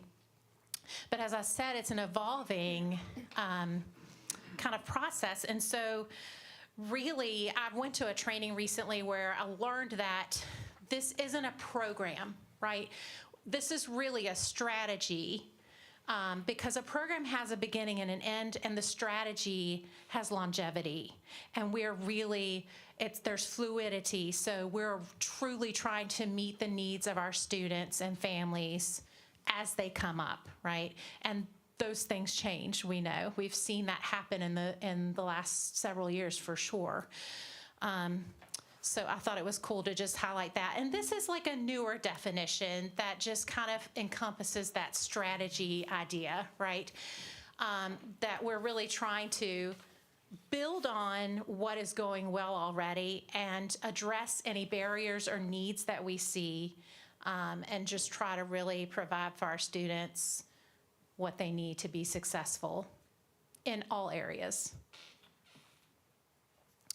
And just wanted to highlight, our theme this year is engaged. This ties so beautifully with that theme and with many of the initiatives that we already have established in Amherst County Public Schools. Our Amherst tiered systems of support, a multi-tiered system of support is very much in line with the community school approach, meeting students where they are, addressing needs, our Show Up Amherst and Team Amherst initiatives. So I thought this was a nice visual. You will, if you access this presentation online in Board Docs, some of those pictures are hyperlinked to information that you can look at further. So these 4 pillars I just wanted to highlight: the integrated student supports, expanded learning time and opportunities, family and community engagement, and then collaborative leadership and practices, all of which we are trying to implement. Also, this is very research-based. This particular study, New York City schools implemented community schools, and they contracted with the RAND Corporation to study the efficacy of those community schools beginning in 2016. So you can see their earlier research about 2020 found that they were seeing that their students were missing fewer school days, having fewer disciplinary incidents, had improved math scores, and were more likely to graduate with their cohort. And then they furthered that research in 2022. RAND partnered with Vanderbilt, and their findings were even, higher daily attendance rates, lower chronic absence rates, higher scores in English language arts and math statewide assessments. So you can see why we would want to be implementing this initiative. I love this visual, and I just think it's a great picture, and you can see in the center of all of this, it's about our students and making sure they are not just doing okay, but thriving, right? This is the guiding statement that's written in our grant goal. And so we are really going to plan, implement, and monitor a systematic approach for increasing student, family, and community engagement that incorporates a multifaceted approach for motivating at-risk students in the areas of attendance, academic performance, and emotional and mental wellness. These are the community partners. The top line is community partners that are written into our grant. So Central Virginia Community College, our career coach, part of that is funding our career coach, and our University of Virginia partnership for the Virginia College Advising Corps, our college advisor. Iron Lives, who is providing mentoring services as well as other things for some of our students. Life Push, who is specifically working with students at AEC in our Alternative Suspension Center, but also we're hoping to expand their work so that they can also work with some of our AEC students who are there all the time to address some of their needs. And then Resilient Pathways and the Cook Center for Human Connection. Those are additional partnerships we're hoping to forge this year. And they're providing supports for students or families. The Cook Center, we're hoping to do provide an opportunity for one-on-one parent coaching for parents of high school students who may desire that. So we wanted to talk a little bit about what this will actually look like in practice at Amherst County High School. And so some of these things we're already doing, but this will really help us expand. And so if you think about our Day of Giving, and many of you know a lot about that from last year, but it's a day. And so it's great. It's a great event, and I love it. It gets our students out into the community, allows them to give back to the community. This grant is going to allow us to provide more opportunities like that for, maybe not the entire school all the time, but certainly different opportunities for students to go out and volunteer for our community. Community speakers, hopefully we've gotten a few more community speakers to come back out. Last year we had a few that came to our school. One of the goals is to have community speakers from a wide variety of places, organizations, businesses, leaders from all over to be able to come in and speak to our students. And this will allow us to do that where we otherwise may not be able to afford that if they cost money, or if we want to partner with those businesses and partners with those community organizations. A career fair. We've had a career fair at Amherst County High School for as long as I can remember, and it typically centers around our CTE programs. We partner with Mr. Maddox, and he does a great job with his team in getting businesses and organizations to come out there for that as well. We want to expand that. The Show Up initiative, as you know, we've had Show Up days over the course of the last year, very successful. There's a lot of things we like to give away. We like to give away prizes. We like to give away incentives, things of that nature, and this grant will help us do that as well. Ms. Mollenkamp also talked about field trips. Kids want to go on field trips, and you know who else wants to go on field trips? Their teachers. And so this would be a great way for us to afford to be able to do those things for our students, to give them those opportunities. Last year we had a few different field trips where students went to various places, and they came back, and one of the first things they would say is, man, I learned so much more doing that than I do sitting in the classroom. And in a lot of cases, that's true. So we want to be able to afford those opportunities as well. And then internships. We have a program where we've developed some partnerships with some community organizations where we have students that go out and they're provided with internships. We want to expand that as well. The big thing for me is that last part. It's the incentives for students and families.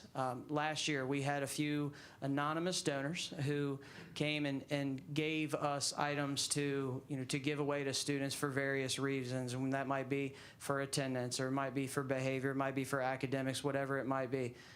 The great thing about that, as we've talked about this grant, is that if we're really trying to get to our students and their families, that's going to mean so much more. And we keep saying to students, hey, if you show up to school this amount of days, then we'll put you in a drawing for this. You know what? Let's put their whole family in a drawing and see how that goes. And last year, we actually gave away some passes to King's Dominion that were donated to us. Let's give 4 passes away this year, and let's give it to a family of 4 or more. And that way that the parents have buy-in as well, the family members have buy-in. All right. So how can this help our students? We talk about 3 big things for our students always. Number 1 is attendance, behavior, and academics. We want all 3 of those areas to improve every single year.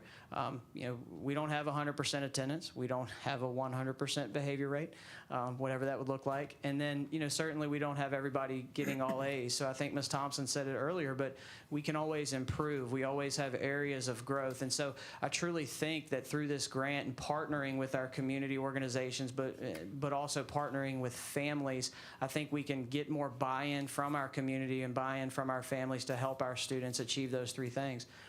Improve relationships with families through those experiences. We don't want to just send them to King's Dominion. We want to get them Hillcats tickets. We want to provide opportunities to go to Williamsburg. I've talked to students in our building that have never been to Appomattox Courthouse. It's 20 minutes away, and they've never been there. And so, if you think about that, we want to provide not just prizes, not just a TV, not just, we want to give experiences, and so their family can go together, because I think we can all agree that that's a really important part of not only just the student's life, but of our community and of our nation. And then the last part is the improved relationships with the community through internships and our career fair. We want to bring people into the building. We want to bring as many people into the building as possible for our students. We want to give them the opportunity to see all the great things that they can do. Not everybody has to be a teacher. Not everybody has to be a doctor. Not everybody has to be a lawyer. Those are great professions, and I love all 3 of those things. But there's a lot of other opportunities out there that students may not necessarily know about, and we want to continue to grow that program, and we can do that through this grant. Thank you.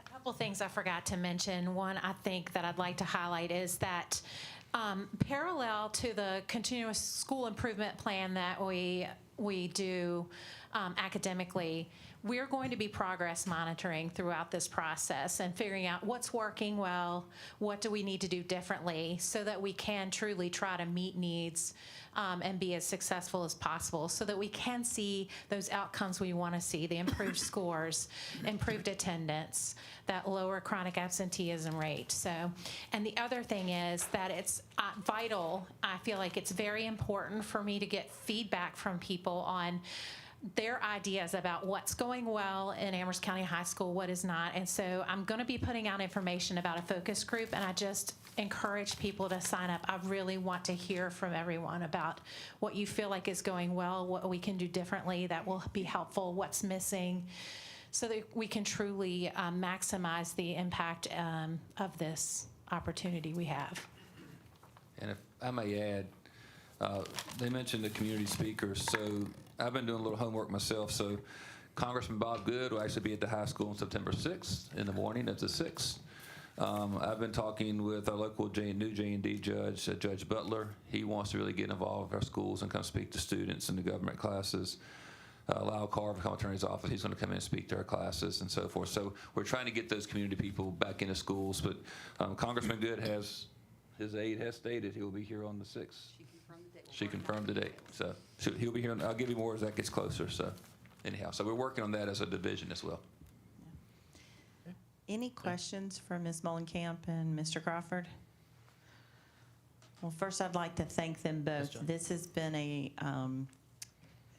big lift, I would have to say.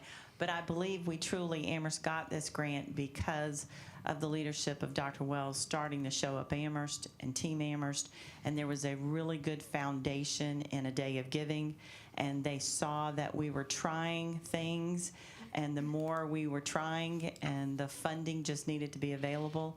And I truly believe when we spoke with them that that was the culminating, these people are in it whether we give them the money or not, and so let's go ahead and give them the money and see how well they can spend this. And so I appreciate it. Thank you. Mr. Terry? Anyone from the board? Yes, ma'am. Yes, sir. Mr. Crawford and Ms. Mellencamp and Dr. Norman, this is just so exciting. And I think the overall message we're seeing tonight is a very positive and aggressive trajectory for our students and our community. And that's so exciting. Thank you for your hard work. I'd like to turn it back over to Dr. Wells to talk about the Amherst Leadership Academy. Yes, ma'am. Thank you. So, a little bit of background, when filling administrative positions or other leadership positions in the county, we always prefer to look internal first. And so, but sometimes we don't have the qualified people. Sometimes they're just not there, they're not ready. But we really have a desire to grow our own. So I kind of had this conversation last year, I guess, with Wanda Smith, and I said, how would you like to do something with your doctorate and some leadership work and things along that line, and come up with some type of leadership academy where we can really kind of start working of developing and growing our own. And then kind of met with Josh earlier this year and kind of had the same conversation. And so they took the initiative and started developing this. But what we're doing is we're developing a program called the Amherst Leadership Academy that we're going to try to grow our own and help prepare our staff for their next step in their professional career. So again, we're looking at some of our sitting assistant principals who may be more leadership experience, but also teachers that are that their principals feel are ready to start making those next steps. And they were nominated. We're starting with 15 staff this year. And so we'll do the initial 15, and then next year, hopefully maybe 15 more, and we'll keep growing this so we can give these our staff an opportunity for advancement, but also to kind of give them some leadership experience as well. So I want to turn it over to Mr. Neighbors and Ms. Smith to kind of talk about their plans for this exciting program. Yes, indeed. Thank you, Dr. Wells. So before we get into some of the information we want to present to you tonight, just want to convey how excited we are about this process. I don't know that we've logged hours, but Wanda and I have had many, many hours of conversation around this topic at this point, every time we come together, finding little bits of time here over the last couple of weeks. It's clear we're both sharing a passion over this, and it's been an absolute privilege to be able to work with her on this project thus far. We actually have our kickoff meeting tomorrow. We're very, very excited about that. I think we're actually ready for it, which is great at this point in the year. But again, just very excited and very thankful to Dr. Wells that we were given the opportunity to be a part of this. I have the power, don't I, Ms. McNerney? All right. So again, what we're looking at here is a one-year cohort of aspiring leaders. It does include some of our assistant principals, deans, program and teacher leaders at the school and division levels. As Dr. Wells noted, is limited to 15 participants this year. Frankly, Ms. Smith and I wanted to ensure that we could give that appropriate level of time and attention to each participant. We are going to be acting as mentors and coaches as they're going through this program. We didn't want to water that down in any way, ensure that we were giving that appropriate time to each. We did receive in excess of 15 applications, so I think we ended up somewhere in the mid-20s. So we're already well on our way to cohort 2 for next year, and are excited about being able to expand that beyond instructional staff. So we are hoping as we're moving forward, we're hitting all the areas of our operations in schools and bringing folks in that really want to be those program leaders, that want to be part of Team Amherst in that different way. So we are trying to expand that focus as we go forward. There's going to be a lot of topical sessions, and Ms. Smith is going to dig into some of the specifics of the themes and different components that we're going to work on, but really focusing on the individuals, their leadership, their skills, where they are and where they want to go. Again, noted we have the kickoff meeting tomorrow. We're going to talk a little bit about the end. When we schedule those meetings, we'll have 3 additional scheduled meetings over the course of the year. We did target days where students are not in so that we could have as much distraction-free opportunity as possible. With that, we're also giving participants the opportunity to come and intern at the school administration office for a day next summer. We're hoping to have that conversation over the course of the year and really seeing where their interest might lie when it comes to program leadership and really being a champion for some of the things that we do up here at the school board office. We are also working with Mr. Gallagher and the Human Resources Office to look beyond this first year, so ensuring that participants have that opportunity if they choose to participate in it beyond this year of the cohort to interact with some of our more seasoned leaders in the division and continue some of that mentoring and coaching going forward. It's about them developing that network, about them having those supports that can really bring them along and make them all the things that we need them here in Amherst. I'll turn the rest over to Ms. Smith. All right. Thank you. Good evening again. As you see on the screen, that we have developed 3 core themes that we will be moving through with the Academy. Oh, I get the power. Relationship and communication, instructional leadership, and balance. With that, leadership is communication, and you can see with each of the topics, we have a leading statement as well as detailed breakdown of how we're going to be addressing those larger themes. The nice thing about those detailed topics is that the Leadership Academy is designed to kind of feed into your leadership growth, not just from the realm of education, but how it can grow and be utilized in any organization beyond our 4 walls. But we did want to be intentional about drawing these themes in under the realm of instructional leadership. And because this group is varied with their years of experience, their current positions, as well as their skill set, we are looking forward to rich conversation, thought-provoking discussions so that they can evolve over the course of engaging with each other as well as us with the facilitation. Now, we do have some sub-themes. These are going to be interwoven into the larger themes because organically they are connected and they bring a deeper context to those larger themes. The sub-themes regulate how we communicate, they embody our instructional practice, and they create balance not only for us as leaders, but for those that we lead. So the big thing that I really appreciated about Dr. Wells allowing us to run with this is the fact that as leaders, we don't often get the opportunity to engage in candid, vulnerable conversations with each other in a non-evaluative setting. I'm really hoping that the talent that we have here in Amherst, over the years, I've always hoped for them to be developed, but for Dr. Wells to allow us to really put this investment in, not leave it up to chance, not wait for them to seek out outside opportunities, to know that we see value, that we have them on our radar, and we see that this time that we're putting into this academy is going to grow and benefit not just us, but them individually, no matter where they walk in life with the skills that they build. So thank you, Dr. Wells. If I have not said that, I wanted to make sure you knew that. And I'm going to hand it back over to Josh. All right, so just a couple of housekeeping pieces again. The kickoff meeting, even though the date isn't on there, it is tomorrow. We're having that with those 3 additional scheduled sessions in the June shadowing. What we have on the right is a breakdown of some of the consistent pieces we're going to have throughout. We are feeding them each time. We want this to feel special and set aside, and no, food doesn't do that by itself, but we want to give them that opportunity to really be a part of something and be self-contained, be in there for the day. We're all in there together. We're going to commit and be in that room and really learn some things about ourselves and each other.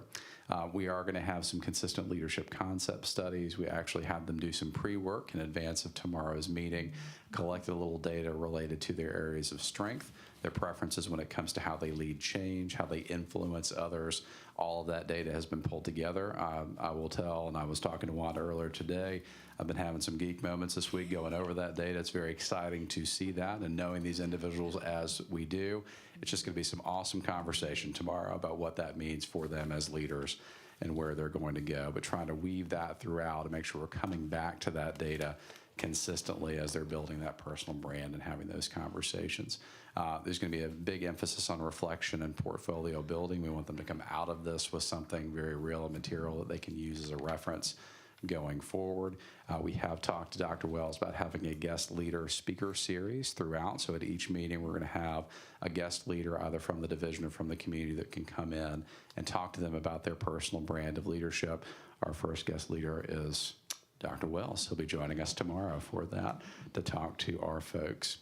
We are going to talk about the application process, sitting for that interview, being ready to represent yourself as that leader at the table when those opportunities do become available, alongside setting some of those goals.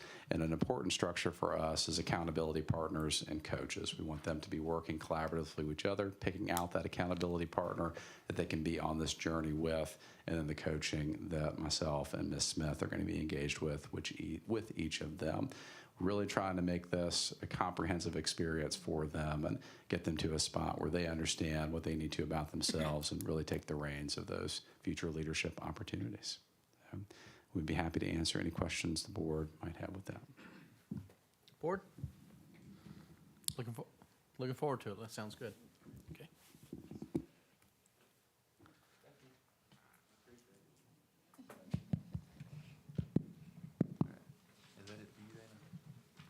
So again, thanks, Mr. Neighbors and Ms. Smith for that, and we're looking forward to getting this program kicked off and hopefully helping, again, grow our own leadership and help them just become better leaders in the division. So next we have Mr. Gallagher in Human Resources. All right, Mr. Chair, Madam Vice Chair, members of the board, I'll walk you through 4 different items I have for you this evening. The first one being today's iteration of our vacancy memo as we enter the beginning of the 2023-24 school year. Welcome to take any questions on that. What I will note on this is that we do not have any empty classrooms. So where we have vacancies, we do have coverage plans there. We have long-term substitutes in those places. Well, except for math at Manellison, we actually fortunately hired that today. So that will come off the board, which is always a huge get there. But all of our long-term subs are either currently in a program to become license eligible within a semester or within the year, or they're applying for such a program. So we have several positions here, like the 2 positions at the elementary level, for example. Those 2 very soon may become eligible and be in a program to become license eligible soon. So my hope is that all of those will turn into fully hired positions with the individuals that we currently have in there in a long-term substitute capacity. So that's positive, but I will take any questions that you have for me. Board? Thank you, Mr. Gallagher. Yes, indeed. I'll move to the second item, which is a review of the new teacher orientation week that we had. I love that week. That ended last Friday. And I'll thank you all off the top for those of you that participated, which is hugely meaningful. We have a bunch of talented individuals joining our team here. We have a large group. I think 23 of the roughly 55 individuals are first-year teachers. So we have our work cut out for us there to support those individuals. But with that, we have opportunities to grow and develop those individuals and bring them into Team Amherst and make sure that they're excellent teachers and bring that excellence out within them. They were actively engaged in the activities that we had throughout the course of the week, and it's a huge thank you to all the instructional staff and operations staff and everybody else that participated in providing some excellent professional development training for all of our new teachers. I think that was very valuable for them, and they appreciated that. Some of the things that we covered with them were teacher performance evaluation, Power School and grade book, lesson planning, student engagement, classroom management, safety, ATSS, mentor program support. So they're very busy. And they went on a bus tour, so we've done that for, I believe, the 4th year now, taking them on a tour. So had some excellent tour guides as well along that way. Mr. Crawford, thank you for being a tour guide. Dr. Wells and Mr. Kelly Holmes, all 3 served as excellent tour guides to give them that experience to see the neighborhoods where our students come to all of our schools. So I appreciate that.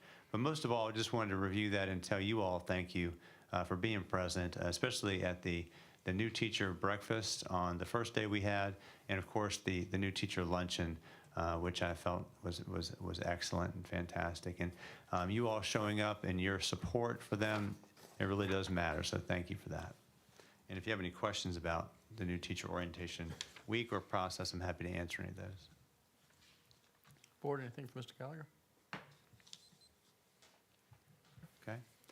The third item is a review. I feel like this microphone is not working real well. It's working okay? There you- Okay. yeah, Maybe I'm just not hearing myself.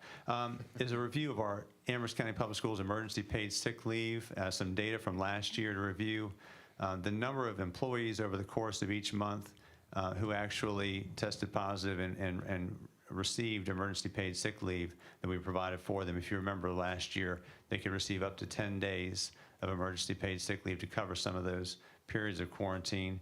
And you also see the number of days absent, so the number of the actual impact, the number of employees, but also how many days that represents that there was somebody out receiving emergency paid sick leave.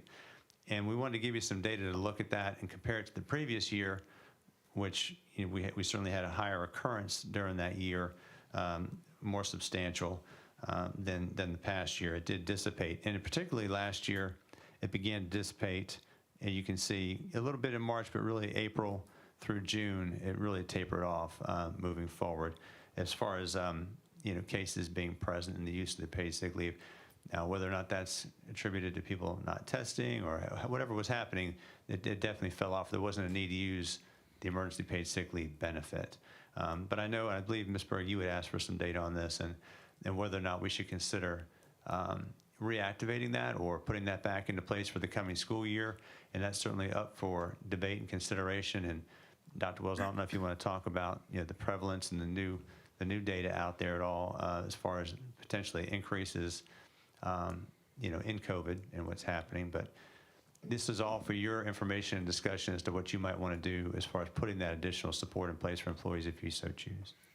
So I will just add that there is some results coming back of like a 30 to 40% increase in COVID cases across the country. Now, those numbers are still fairly low.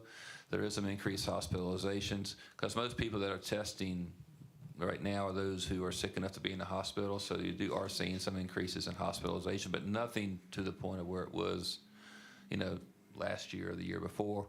There was a report I read this morning of a new subvariant that it's part of Omicron. It's a subvariant of Omicron, but it's causing flu-like symptoms. So what they're speculating right now is some of our people who think they have the flu may have something else. Wow. But people aren't testing. So it's just that's where we are. Also, the data suggesting that we're in an endemic status now. So they're saying we can expect every year in July, August, September to see an increase, as well as in December, January, February to see an increase, just like we do with the flu. So we're going to have it. It's with us. The question is it at a point where we need to offer additional days, or does it being part of normal, I guess normalcy now, part of the being endemic, do we need to do that? The numbers hopefully aren't going to ever get back to where they were, but it's still around, and COVID's going to be around, just like the flu's going to be around, just like strep's going to be around. So it's just a matter of, as a board, do you feel that we need to offer that extra time for our staff? I would just add that one thing that you may also have as an option is to get into the year as we did before, and if we begin to see that there's an impact, then we can always implement that and make it retroactive. So it's not like people will miss out if we take that approach, but whatever approach you want is up to you. Board? Okay, I know COVID's here, it's gonna be here to stay, better get used to it, but I know the impact is low right now, but even if it impacts one person that needs that, I really would like to re-implement that policy. That could mean a lot to a teacher that gets sick, if it's for COVID or, something else that comes out. I really would like to have that protection for our staff. Anyone else? Mr. Chair? Yeah. What coverage do we have for teachers right now without the COVID coverage for, say, strep throat? How long are they normally out for? What compensation do they have? Do they have sick days, and Where are we at with that? Well, that would just be our sick leave policy, which is like a 10-day accrual per year for 10-month employees, 12 for a 12-month employee, and so on. And that accrual continues, I believe. Of course, the payout of that ultimately, which is a whole different topic, is at 100 once you're done. But so those who are veterans have probably accrued more than our first-year teachers. How long they're out, I have no idea. Those are usually doctor-based questions, and that's actually personal decision-based questions Right. sometimes as to how they self-identify. But so that leave, the impact is more with our early career teachers or individuals who have had significant medical factors in the past and, they've lost a lot of their sick time from that. And that's just to say, it's hard to say, right? There is no minimum or maximum time a person has to be out for a particular illness. So, for example, it's symptom-free, 24 hours we prefer. But for strep, the doctor would write them out for strep. So we don't have a guidance that says for strep you have to be out so many days. It's up to the individual and the doctor's guidance there, as well as everything else. So, I mean, if somebody has a flu bug and they can't make it that day, then they're out that day. But once they're able to come back, they come back, and we don't have we don't say you have to be out 2 days if you test positive for the flu. That's more medical medical profession or their personal need if they don't go to the doctor. Which is the case now with COVID as well. I believe that's a recommended CDC 5-day, being out, or a doctor may recommend those dates, but those aren't mandated. Yeah. Right, so I guess if you're taking a new teacher, and how many new teachers do we have this year? 23. They're new to us. Right, 0-year teachers, right. I'm sorry, yes. First-year teachers, 23. Right, first year. Okay, Yeah. so if one of those teachers gets sick and is out for more than 10 days, would they be penalized for that financially? If they are out beyond the 10 days for sick leave, it would be leave without pay. They have 2 personal days they could utilize, but beyond that. So basically, they would have 12 days available to them between sick leave and personal if you're a first-year teacher. If you go beyond that, it would be leave without pay. And that's typical policy of all divisions around. I understand that. So if we modified it to where, I don't know, I guess it would be getting into something else if you were going to accept time for first years versus veteran teachers. So, that's probably a wanna- pathway I'm not sure we Right. want to go down. I think we'd probably make this kind of equitable, not based on years of experience, in my opinion. Yeah. Okay, that's all I had. Mr. Gallagher, quick question. Anytime you throw out something as an extra thing, you always have people who like to try to abuse it. Did you find that happening last year? I did not get the sense that was happening Okay. in either of the previous 2 years. All those things seem to be legitimate, and for individuals, testing positive, and I think the reason for that might be also that we did mandate those quarantines at that time if they tested positive. So, we didn't necessarily check your screening, make sure you had a positive test, but knowing that you're going to be out, and quarantined, I don't think that was something that they were looking forward to. I didn't get the sense that it was abused. Okay, that's I good guess to hear. is the short Good. answer. Glad to hear it. Okay. Anything else from the board? Mr. Terry? Yes, ma'am. Yes. So if I remember correctly, part of the rationale behind the emergency leave related to COVID was because we were mandating stay at home for certain conditions with COVID. And so that was trying to help benefit teachers who weren't getting that individual choice, I guess. And so we were trying to compensate and balance that out, which we are not doing anymore, as That- far as mandating. That's Correct. correct. Initially, it was basically, federal and state legislation when we had those 12 days of quarantine. All the stuff at the beginning was even more significant, and that was family paid sick leave and so forth, and we were under that. That all went away. It went down to a 5-day quarantine period, and we instituted our own policy to provide some protections for that. Weren't we also offering some type of, for the teachers to go work on their Canvas and things like that too, where they weren't using up their sick days. They were still home, they were still working and weren't using those sick days. So there were opportunities at times and that kind of benefited different positions differently. People who were able to actually work from home, and sometimes teachers were able to do so, but not all the time. So if they were legitimately able to work from home and say, broadcast into the classroom with facilitated instruction by somebody that was in the classroom, through Canvas or so forth, they could do that, and that was discretion of principals. If they legitimately could carry out the functions of their position at home, that was an option, so that is correct. Due to COVID only was the reason for that. Yes, Board. Yes, ma'am. Thank you, Mr. Terry. Last question. When you look at the number of employees that used all of their sick leave last year and needed the emergency? Emergency paid sick leave. Sure. That one. Thank you. Was it any higher than pre-COVID, would you say, or had it kind of normalized? Well, I really can't give you an answer on that one. I will tell you, there's not a requirement that they use all of their sick leave before they were able to access the emergency paid sick leave. It was an immediate benefit should you test positive and be quarantined. So they could use that and still have sick leave available to them.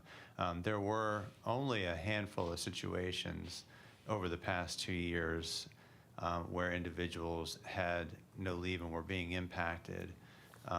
Even some that used their COVID leave and then would be out again and had to be on unpaid leave. And those weren't always teachers. Those were in different areas and different job classifications. And there was a handful. When it happens, it's not a fun thing, but it was not widespread. Thank you. Anything else on the board? Yes, Just one more quick thing. When it does happen, when it happens to you, you're gonna need that, and you're not gonna care about how many people it happened to, what happened here or there. It's gonna matter to the person that gets sick and needs the pay while they're home. But thank you. So we're just providing this information because it was you all who initiated it the first time, and I'm not here to be a proponent or opponent at all. So Yeah, I'm not I opposing. wasn't- Just want to make sure you all aware that Yeah. I this is something appreciate that's you solely your gathering discretion. everything for us. Yes, ma'am. Thank you. Yes, indeed. Anything further? All right, so I'm going to move on to the last item that I have, and it's kind of related to my vacancy memo, but it just talks about bus driver and bus assistant pay. As you know, we have gone through several years where we have not been fully staffed with our bus drivers, which is an incredibly critical position and truly valued position within the division. And we are trying to look at ways that we can help overcome that. We've been looking at this for a while. If you remember, over the past 2 years, we were fortunate enough, at least for a limited few, to have a recruiting and incentive grant where we could help recruit and then incentivize individuals to stay on by having them sign on for a second year. That did impact some drivers as well. It also impacted teachers. That was of benefit, but that wasn't available in a second wave last year. So we're always looking at ways to incentivize hiring. And so in doing so, we all came together, and I'm going to defer over to Dr. Wells to begin this conversation and talk about some things that we're changing with pay scales and support and incentives for bus drivers and bus aides. Yes, sir. Thank you, Mr. Gallagher. So we were looking at trying to find ways, again, to at least be on the same playing field as our local school divisions and things with pay to our drivers and aides and things of that nature. So we met with Ms. Campbell, and we had a few positions. And as you know, if you look back to the vacancy memo, you see there are 7 driving positions that are vacant. But we've had 2 of those that have been vacant for 5 years or more. And so we met with her, and she's been able to, cover those routes over the time. And so we looked at that and said, we could contract those 2 positions. And then we also had a bus aide who we haven't filled. We haven't filled that position just because we haven't been able to, but we've been able to cover without it. And so we contracted that position. So contracting those 3 positions gave us $63,000 to utilize to increase the base pay of our other drivers, as well as provide some recruiting incentives or sign-on bonus, so to speak, if we sign on. So it allows us to have additional funding for paying drivers more. And well, some may be as, it's different on the scale. We had to bring up the lower part of the scale to get it higher. And the upper part of the scale, we had to add a little bit to that to get it to the higher levels, but it's not the same level all the way across. Some positions, some years of service got a little bit more than others. But we also in this were able to do a $500 signing bonuses, as well as we set aside some money for $250 recruiting incentive bonuses. So if a bus driver finds somebody and gets them, and they come to work and they are working for us for 3 months, and they get $250 for that, plus the driver gets $500 for additional for signing on with us, just to try to fill those positions that we need to fill. We'll see how it works. It doesn't hurt to try. But the money's available for us to do that. But we're at it. We're trying to find ways, one, to get our drivers at a rate at or above the other schools in the region, in our area, for our competitors, but also have some incentive for those who sign on with us. So, Mr. Gallagher. And these changes will make us the number one on that pay scale regionally throughout our region, across all divisions. So, and that certainly, I do believe these individuals, when they're applying, they look at those things. And so, as Dr. Wells said, that the first half of the scale might benefit a little bit more, where we've been lower, whereas the top end, we've already been pretty strong, but yet we still need to make sure we add to that to make sure we're reinforcing those amazing individuals who are further along on that scale right now, and kind of incentivize them to stay with us. So I think it's going to be very powerful and beneficial, and hopefully it will attract and give us the opportunity to hire an additional 5 positions now that we really need, and reinforce those that are already working with us. So, and let them know how much we do value them. And it also will impact the assistants. So there's enough with that change and collapsing those positions, it gives us enough to also increase that scale a little bit as well. So there's some benefit to those individuals also. But any questions you all have, we'll be happy to. Yes, ma'am. Did I understand you correctly that by making those changes, Amherst bus drivers are now #1 in the region as far as? The salary, well, Good I'll let you, I believe that's correct. Thank you. Mr. We Cottage. pulled the data from the surroundings. We sort of went through and compared Lynchburg and Nelson, because we figured that that's on each side of us. And when we were doing our analysis, we just saw that at the entry levels that we really were not competitive. And so we wanted to address that, but again, not leave out our veteran bus drivers as well.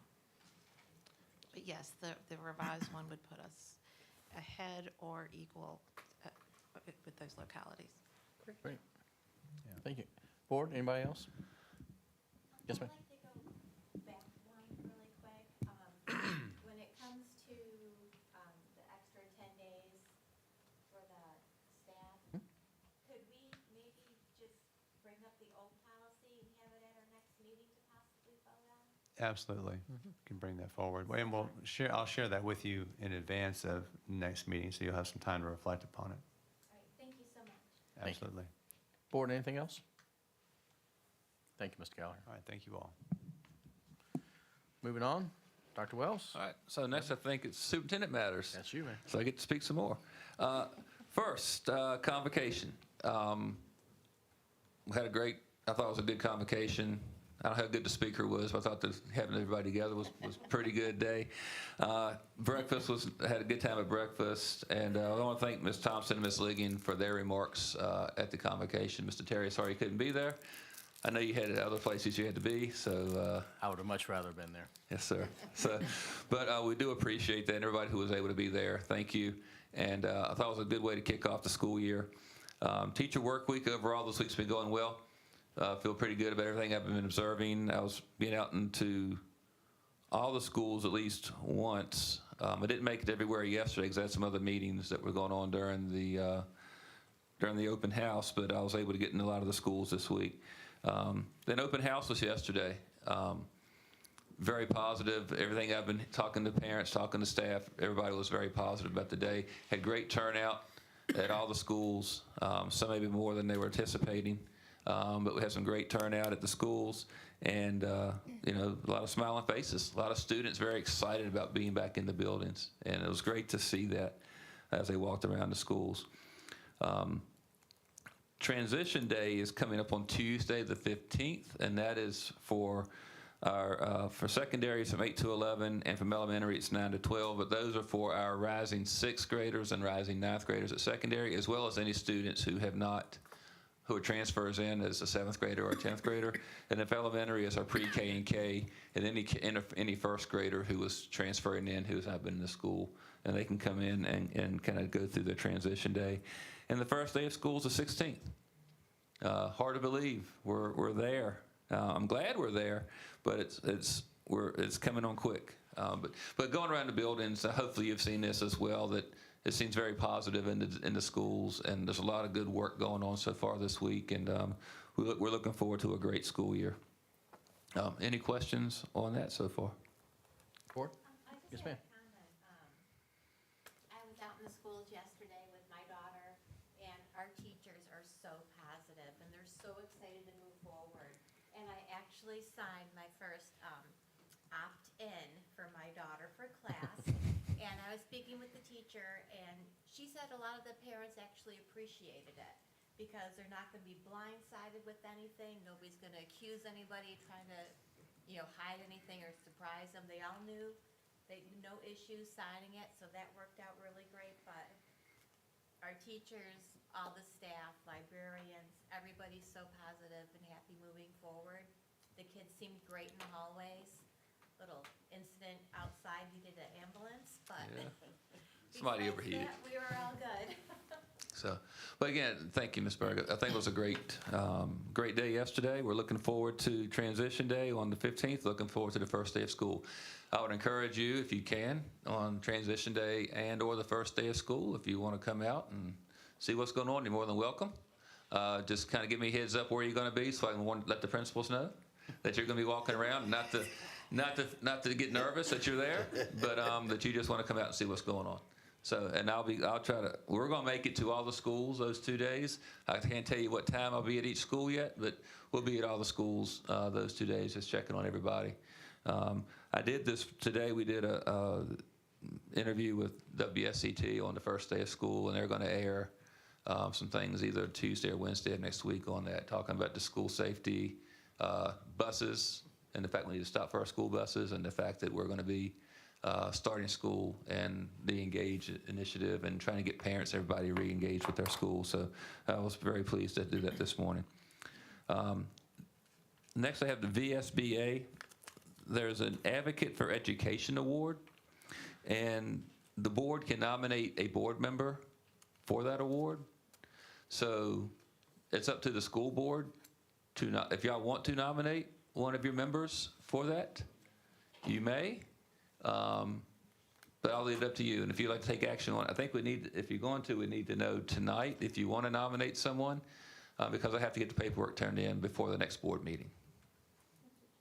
Yes. Board members, I sent an email earlier just letting you know that it was my desire that we nominate Mrs. Ligon for that award. She has... What a look. I didn't get that email. No, I didn't send it to you.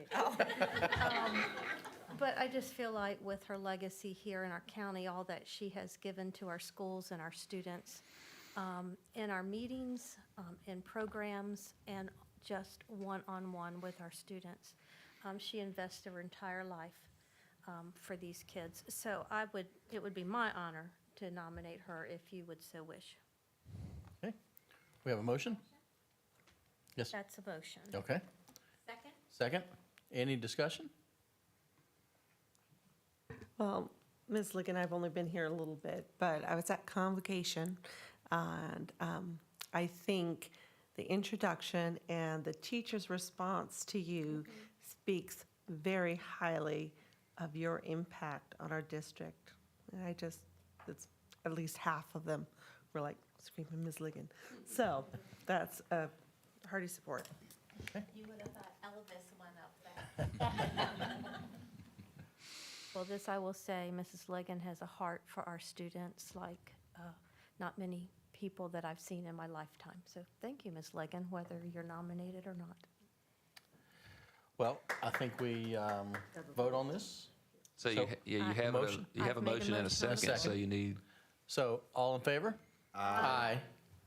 Anyone opposed? Don't you say anything.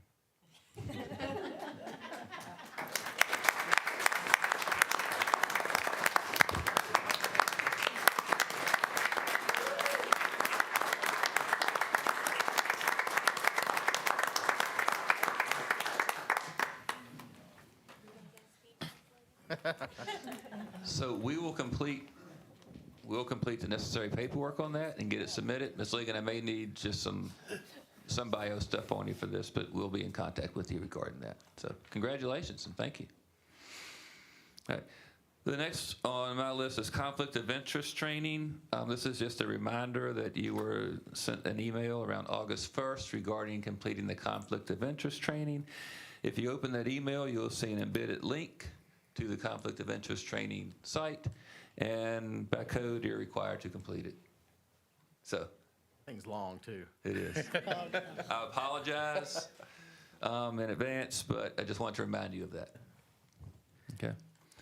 The next I have is Show Up Amherst. We're going to have our community tailgate on September 1st. Excuse me, Dr. Wells, Yes. sorry.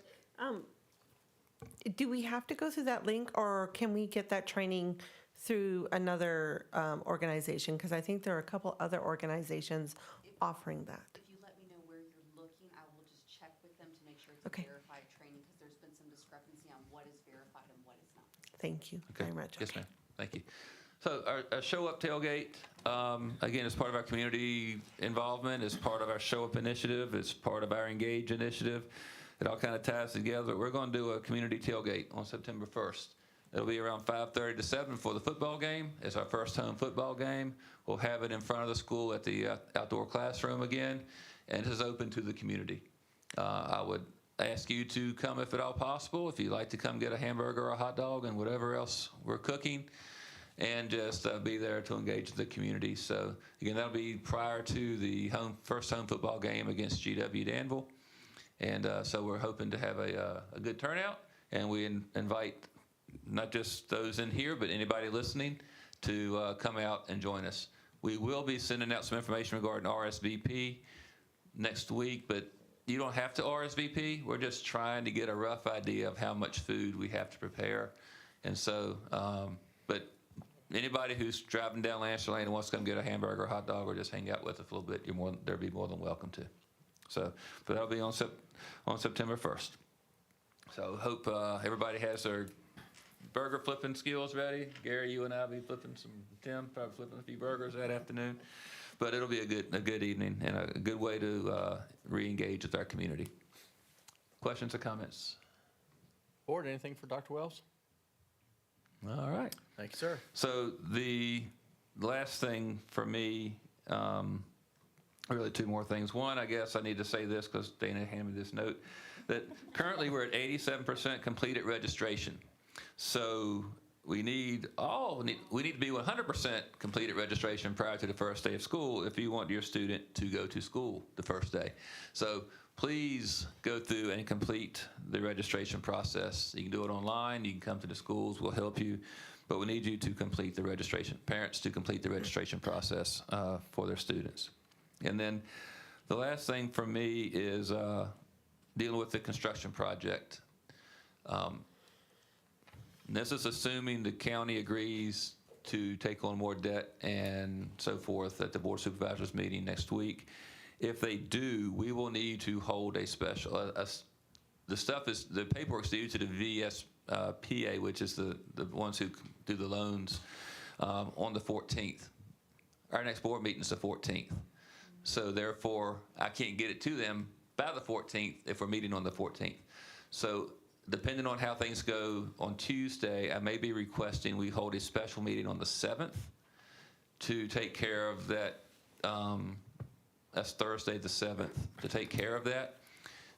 So we have two options. We could either just hold a special session on the 7th, or we could move the regular scheduled meeting from the 14th to the 7th and just do one meeting then. That'd be your discretion. I don't need a decision tonight, but it'll really depend upon what the county Board of Supervisors decides. If they decide to approve additional funding, we'll have to do the VPSA aspect of that and get that paperwork signed off on by the board. You'll have to approve it as a board, I request. So I just want to put that out there. Just let us know how it turns out, and we'll go from there. Okay. Well, it's the 7th. I can make any night that week work, but I thought the 7th, since that's we usually meet on Thursdays, I just thought the 7th would be a date that would be good. If that's not, y'all just need to let me know. But we'll see how Tuesday evening goes, and then we'll go from there. Okay. Thank you, sir. All right. Thank you.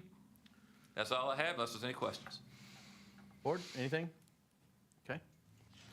So we're going to move on to committee reports and individual school board member items. So if we can do them both together, that would be perfect. So, Ms. Saunders, you want to kick us off, please? I'm getting used to being That's first right. now. I know. I know the drill. That's right. Well, I want to wish everyone a great school year. It's really exciting. I just love these creative, out-of-the-box ideas that you guys are coming up with. It's awesome to see. Now I'm going to get on my soapbox for a minute. So probably putting my other job in jeopardy. And I understand that the price tag for the high school renovations seems a little daunting to everybody. I'm a taxpayer. It seems a little daunting to me too. But construction prices are not going to go down. If we don't build this now, we're going to regret it. Years from now, we're going to like, why didn't we do it then? It's so much cheaper then. We hear that all the time. I see it in my job all the time. If you've ever attended a theater production, band, choir, you know why we need this building. The cafeteria is depressing. It's outdated. The entry is depressing. It's outdated. Our students, our teachers, and our staff spend 8 hours or more a day in this building. Now, if you all, myself included, I've had jobs where it's been really an ugly scene. But these are our kids. If we don't like an outdated building, and if we don't like it's too not comfortable or it's too small, we can get another job. We can move. But our kids can't. And this is our future workforce. We're talking about CTE here. That hits me. It hits the EDA. It hits all of us. This is our investment. I want my kids to be able to stay in Amherst. We need them to stay in Amherst. In a couple of years, we're going to have over 2,000 new rooftops. Think about that. 2,000 new rooftops in the next less than 5 years. With that's going to come businesses. With that comes retail. It comes a lot. We need that workforce. And we need to be ready. Our schools need to be ready. Our CTE needs to be ready. Prospective citizens and businesses, what's the first thing you think they look at? They look at our schools. They do a drive-by. We have a great school inside. But when you look at the outside, it's like, what? I was at a major employer this week, and all the gentlemen that sat in that room, none of them lived in Amherst County. Not a single one. And that's not out of the norm. Our major employers are living in Bedford, Forest, Jefferson Forest. We have a lot to offer, but our schools look a little sad and they look a little run down. It's all in the perspective. It took us years to get businesses and rooftops to move across that river. There was some kind of barrier about that river. Well, we're getting it. We, the schools, need to get on board. So I really encourage anyone who's listening, if you've got students that are in the schools, if you are just a citizen that says, I care, but especially our students, call your supervisor, email them, show up August 15th. It's a night meeting, no excuse, you won't be at work. So They have a tough job, and I understand that, and they don't get a lot of credit. But if they know that we as citizens really think that this is valuable, I think they'll do it. But we gotta all have buy-in. So again, I really encourage everyone to reach out to your supervisor. And if you don't know who it is, you come ask me, I'll know. So, thank you. Thank you, Ms. Saunders. Mr. Rossi? All right, going back to the beginning of the school year, I remember sitting here last year, and it's nice to hear in the conversation about adjustments versus the changes that were made. It's nice that the programs that have been implemented are working. We're seeing the growth, and we're seeing small adjustments, it seems, just to keep things moving in the right direction. We're able to prevent instead of react, I guess, to certain grades. We're seeing things moving in the right direction. This year, I don't expect anything less than, the forward momentum that we started here and with this team, and going back to the adjustment with the science, good work. That's ninth grade is where it hit me with earth science. I was actually able to retain that information still. I think I could probably teach that class. Not that I want to, but I retained a lot of that earth science in my freshman year of high school. And I think it's important that you did that. I think it's going to be great for our students. There's a lot in there, and it's important to have. What's happening around the world today, and they talk about climate and impacting, and we're seeing it here, and we're hearing about it on the news every night. And understanding that is going to be critical to how we're going to continue to move forward. So that's a good thing to move on. The advancements that we're making and seeing the opportunities that are coming up with this district, and hopefully the future addition. I haven't heard anybody tell me that they don't want the addition. So I think we really have the community support, but support's one thing and dollars are another. We talk about grants all the time, and a lot of that money has strings attached. And we talk about the building of the movement where the community takes initiative to move things forward, and they have engaging conversation and offering it up, and this is where it matters. Do we want the community involvement? It's time for them to offer it up. Come to the Board of Supervisors meeting, make that decision to be part of it. I mean, there are businesses here in Amherst that may be able to help the county. I don't know if there's something the county can do with tax breaks later on. I don't know how that all works, but, I know the company that moved me down here from upstate New York, they got a certain incentive from the city of Lynchburg to open there. I mean, that it brought jobs to the area. I don't know if Amherst is ready to make those decisions, and I think we're at that point now where we need to. There's an awful lot of construction going on in my neighborhood. An awful lot of people are coming in. There's houses going up everywhere. And we're talking right next door, across the street, down the street. So we're growing, and we got to be ready for it. And I think our kids are going to be ready for it because we see that in the numbers. The community's got to get ready for it, and hopefully they'll support us on that. But I'm looking forward to this year. Tailgate, I'll be there. I hope everybody will be there. And that was a good start, and I think we continue moving forward. Looking forward to it. That's all I have. Thank you, Mr. Rossi. Ms. Justice?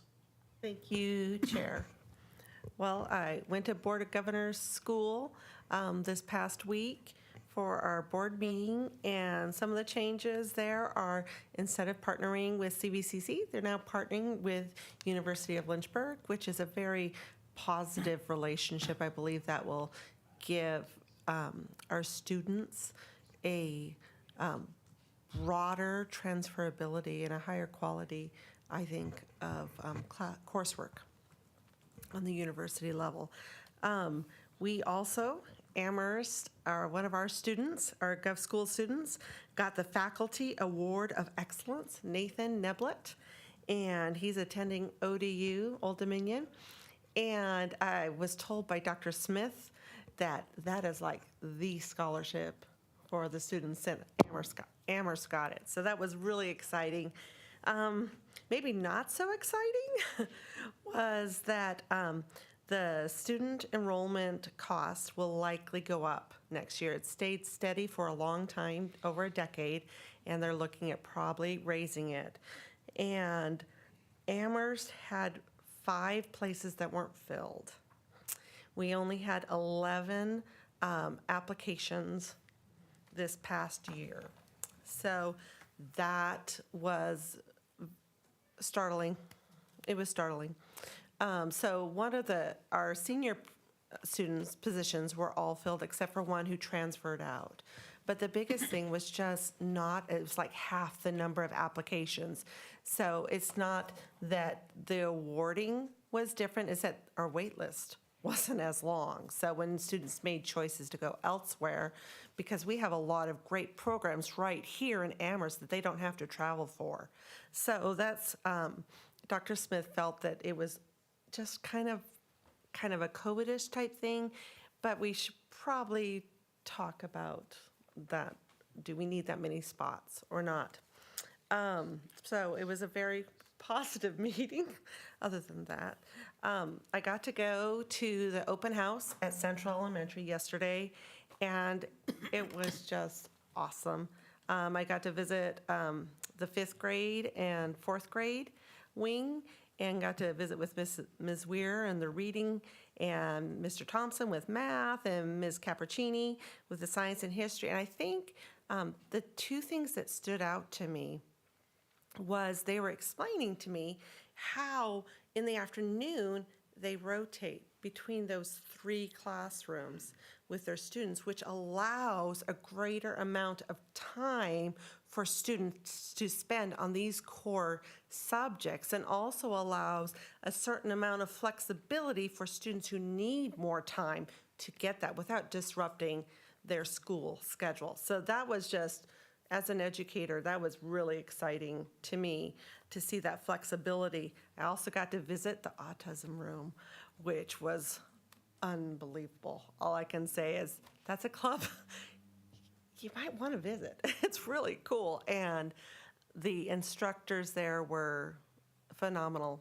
So it was just a really wonderful day. I look forward to visiting them again and getting out to Temperance, which I didn't make it yesterday.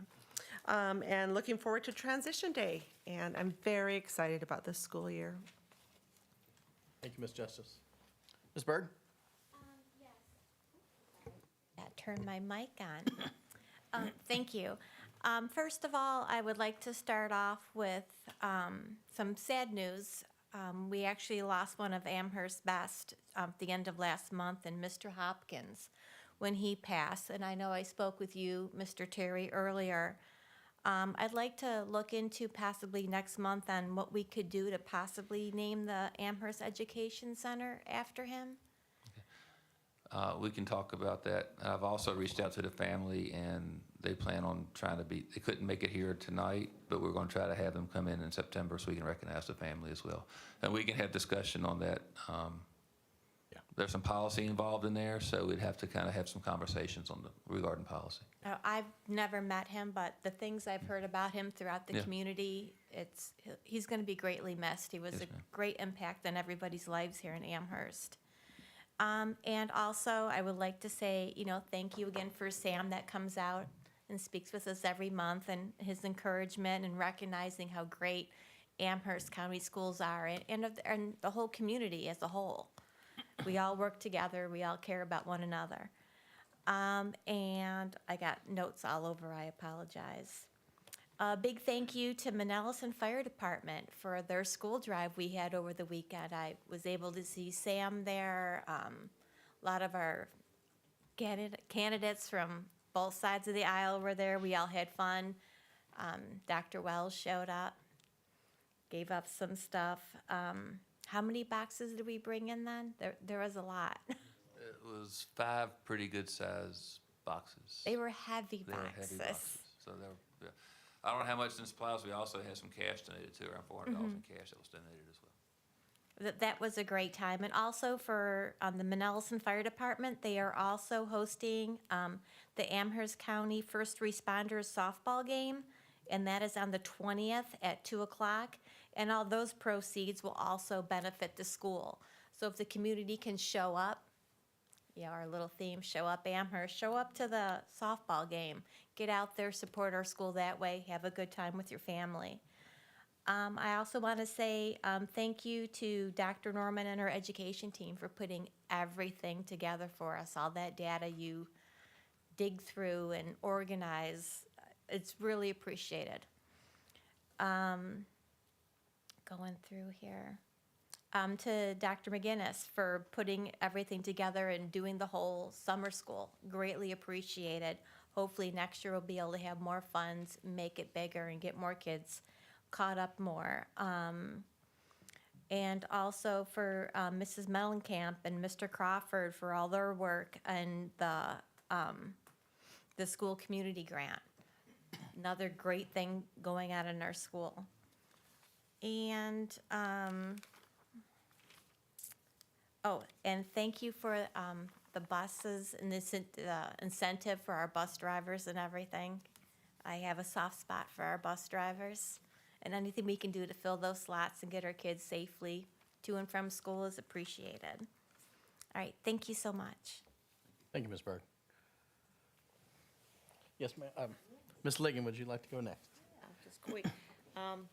I enjoyed that soapbox that Ms. Saunders said she was on, because I was on it, so I don't have to be on this quite as long now.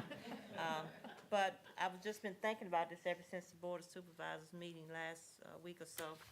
And all I have to add to what she said, which was excellent, is that if not now, when? And somebody else started that statement, but it's very relevant, because I grew up in the county and went to Amherst, and I wouldn't say that everything is bad or good, but I'm just saying that this is the time. As you said, this is the time, and these things that we're asking to update or to build new is needed. It's not a want list, it's a need list, really. Yes, we could get by with what we're doing and everybody be happy, but once again, I'll say, if not now, I don't know when we would do it. So I'm hoping that we will try to come out, I gotta look at my schedule, to support Dr. Wells and his ploy next week for this. I was here last week. He did an excellent job. We got somewhat of a denial, but not quite.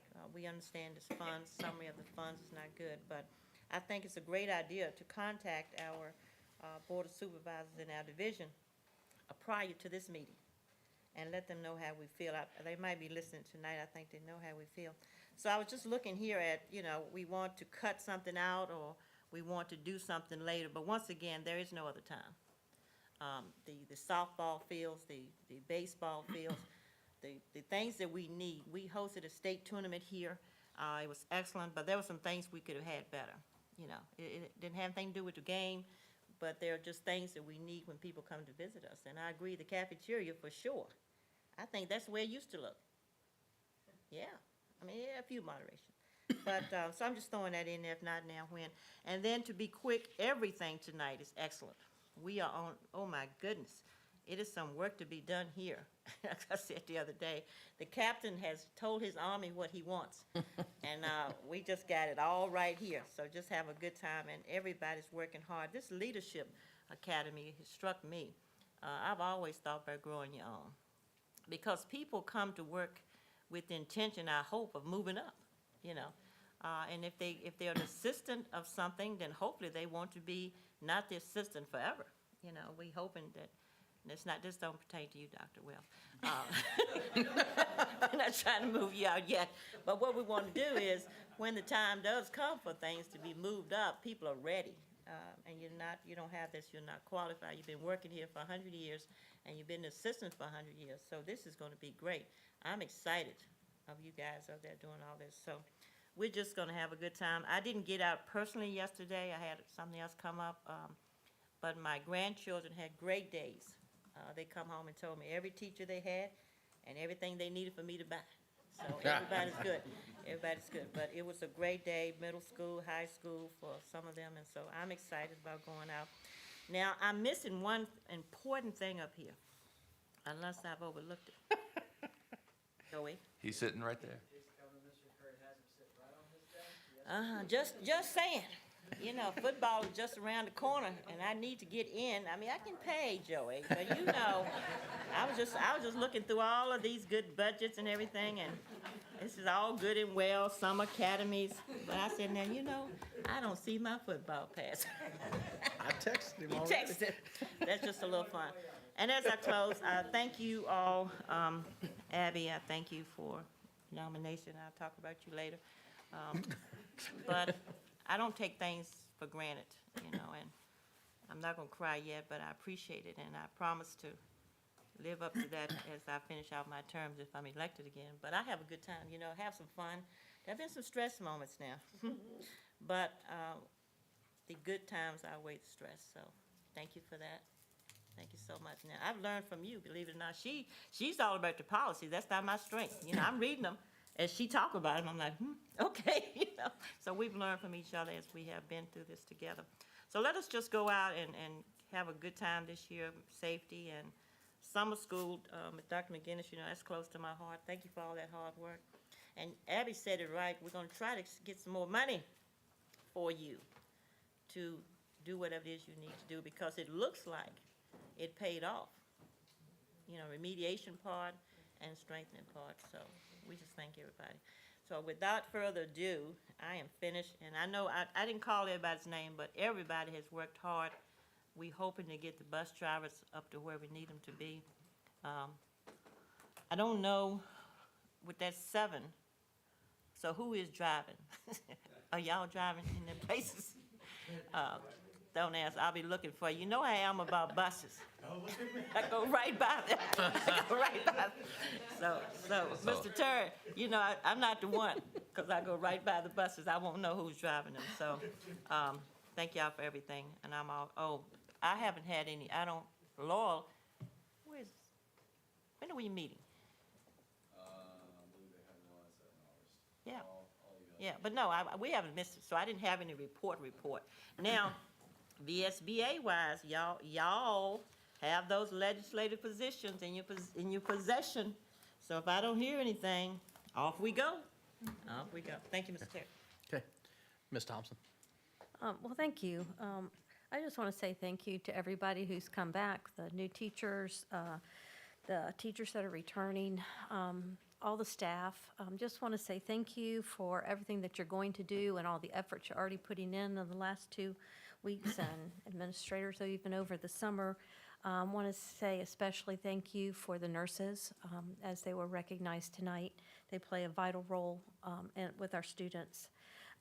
So with our welcome back, I just want to say that it was such a joy to be with the new teachers at their luncheon, and also at convocation with all of the staff and all of the teachers. There is an excitement in the air, and I know we said that last year, and I just want to thank all of you that are part of the team for keeping that. It's so easy to lose, but you guys and we all as a team, Amherst, we're well on our way. I thank you for the work with the data. I know that was probably, with all that you have to do, just something extra, but I just thank you for that. And I said earlier, it is just a vision of where we're going. And I know we have come out of hard times. It's easy to say we're back to normal and forget where we have come from. But when we stop to think that we were in a place that we never thought we would be, you know, secluded and not in school, and our students not learning to read or not learning those basic letters. So I just want to say thank you for the gains that we've made. You know, I know that the high school is focusing, as well as all of us, on attendance, behaviors, and academics. We're going to add writing on there. But you know, that's a great thing when you can find one area that you really got to, you know, give that soccer punch to and work on. It's doable, but the heavy lift has been made. You're going to continue it again, and we're going to see great gains even more. I was just real pleased with how much growth we've shown. Thank you for the Leadership Academy and the community program. It's just great opportunities that we all have. And I want to make one more push for those early learners to be part of our summer learning. You know, if we want to continue to close that gap and have those gains, we have to find the money for them. And we have a lot of creative grants and thinking processes, and maybe some places we can shave a little bit, but my heart is with those kids and with making those gains. So I think that hopefully we'll be able to do that next year. Mrs. Saunders, you said so beautifully about the construction project. I just want to thank you because I'm not an eloquent speaker, but you said it, and you said it so well. I do want to encourage everybody here that's watching, everybody in our community, to see what opportunity we have here. We have an opportunity for a new auditorium, which will benefit our entire community, not just our schools. And every single student in Amherst County that graduates will go through that building. And it is just a place for us to be a team, a community, and to be unified. And as you said, our community is developing, so it's time for us to respond to our developing community. I went online, and it was a few years old, but you know how they have rankings, and I saw something that was about 3 or 4 years old, and I mean, it was just belittling our buildings. And I thought, what do we have to do to get rid of that ranking? Can you say these are old and we're going to mark them out? Well, one of the ways we can get rid of that is to show improvement in our buildings and to show the pride that we have for our students. And we need the auditorium, but my heart also was with our CTE opportunities. We've had such a push pre-COVID for CTE that language, that push has sort of moved to the wayside, but it is more critical now than ever. So we need to develop that area in our school for more opportunities. We do need that field house for when we host events, just to find places to go to the restroom and the PA system and just the basic necessities that we have. And we need a new cafeteria. And we need a place where people can come into our school and have an entrance that they feel like they are welcomed. And so I just want the Board of Supervisors to consider our request. But it's the citizens here that need to speak and to let them know how you feel. And I will say this, I think our Board of Supervisors are very supportive of our schools, and they just are trying to be fiscally responsible. So if this is something that our community wants, then I hope we get behind of it and that we can express those in kind ways, and that we will be able to see that come into fruition. And I did not realize how many new rooftops are coming to Amherst County. So it is, but it's wonderful news. I think I'm about finished, other than to say, you know, this is the beginning. Let's keep our focus on our students and their successes, and do everything that we can to support them, as I know you will. And that's going to take a partnership with every parent out there and every guardian out there and every teacher and every child and the board as well. So I'm looking forward to the 23-24 school year. So it's going to be a great one. Thank you. Thank you, Ms. Thompson. Ditto. No, seriously, I do want to apologize. I've not been available the last couple of weeks. It's been a lot going on at the office. So, but tonight's recognition of the nurses, when you read off the stats of what all they had done just last year, that was phenomenal to hear those numbers. I had no idea that it was that many actual things. So I do want to give a little shout out for some of our youth softball and baseball teams who went representing the state to the World Series in various other states. I'm not going to even try to think of where they all were because I know I'll screw it all up. But, you know, these are the little kids out there doing this, and that means they'll be in middle school and then in high school, and we'll have those on our teams later. So those programs are awesome. So we gotta support them as schools. Our schools have to support them too. I was able to go attend the Scott Zion 150th anniversary event. That was a great recognition for a church, a local church here in our community. We keep talking about showing up and getting engaged.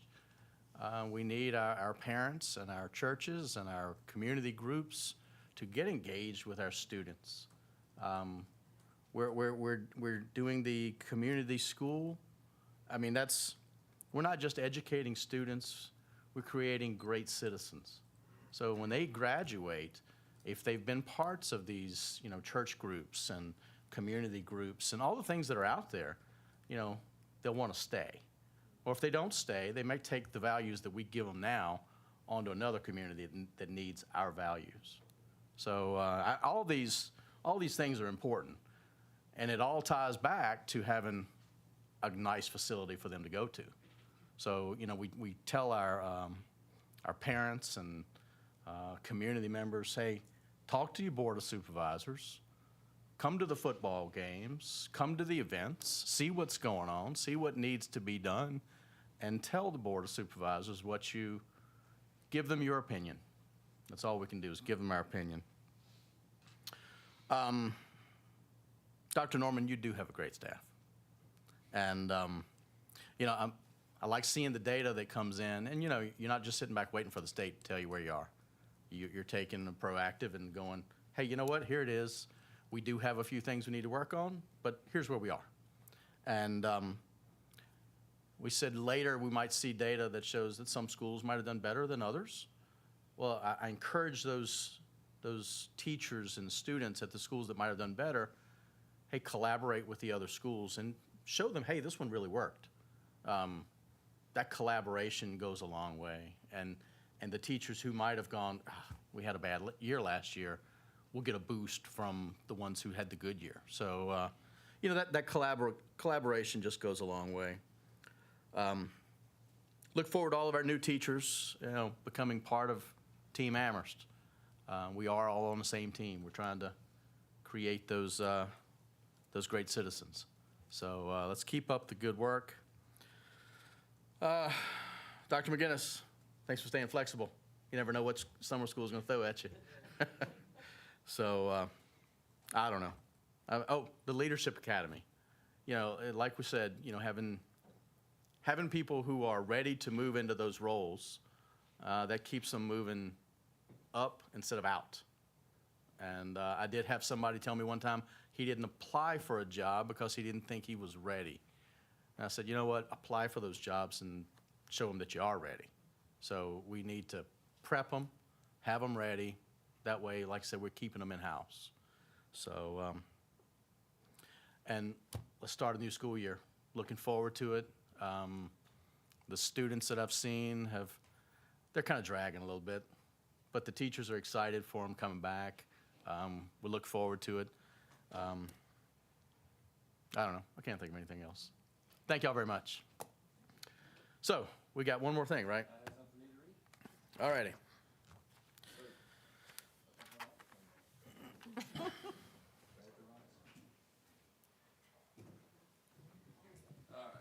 Try this. How's this? All right, so pursuant to section 2.2-3711A2 of the Code of Virginia, it is recommended the board convene a closed meeting for the following. A2, student matters. The consideration for religious exemption will be discussed. Okay. I make a motion, we go into closed session. But you need to read. I can read this. Your part first. Sorry. Yeah, it's just a new thing. Okay.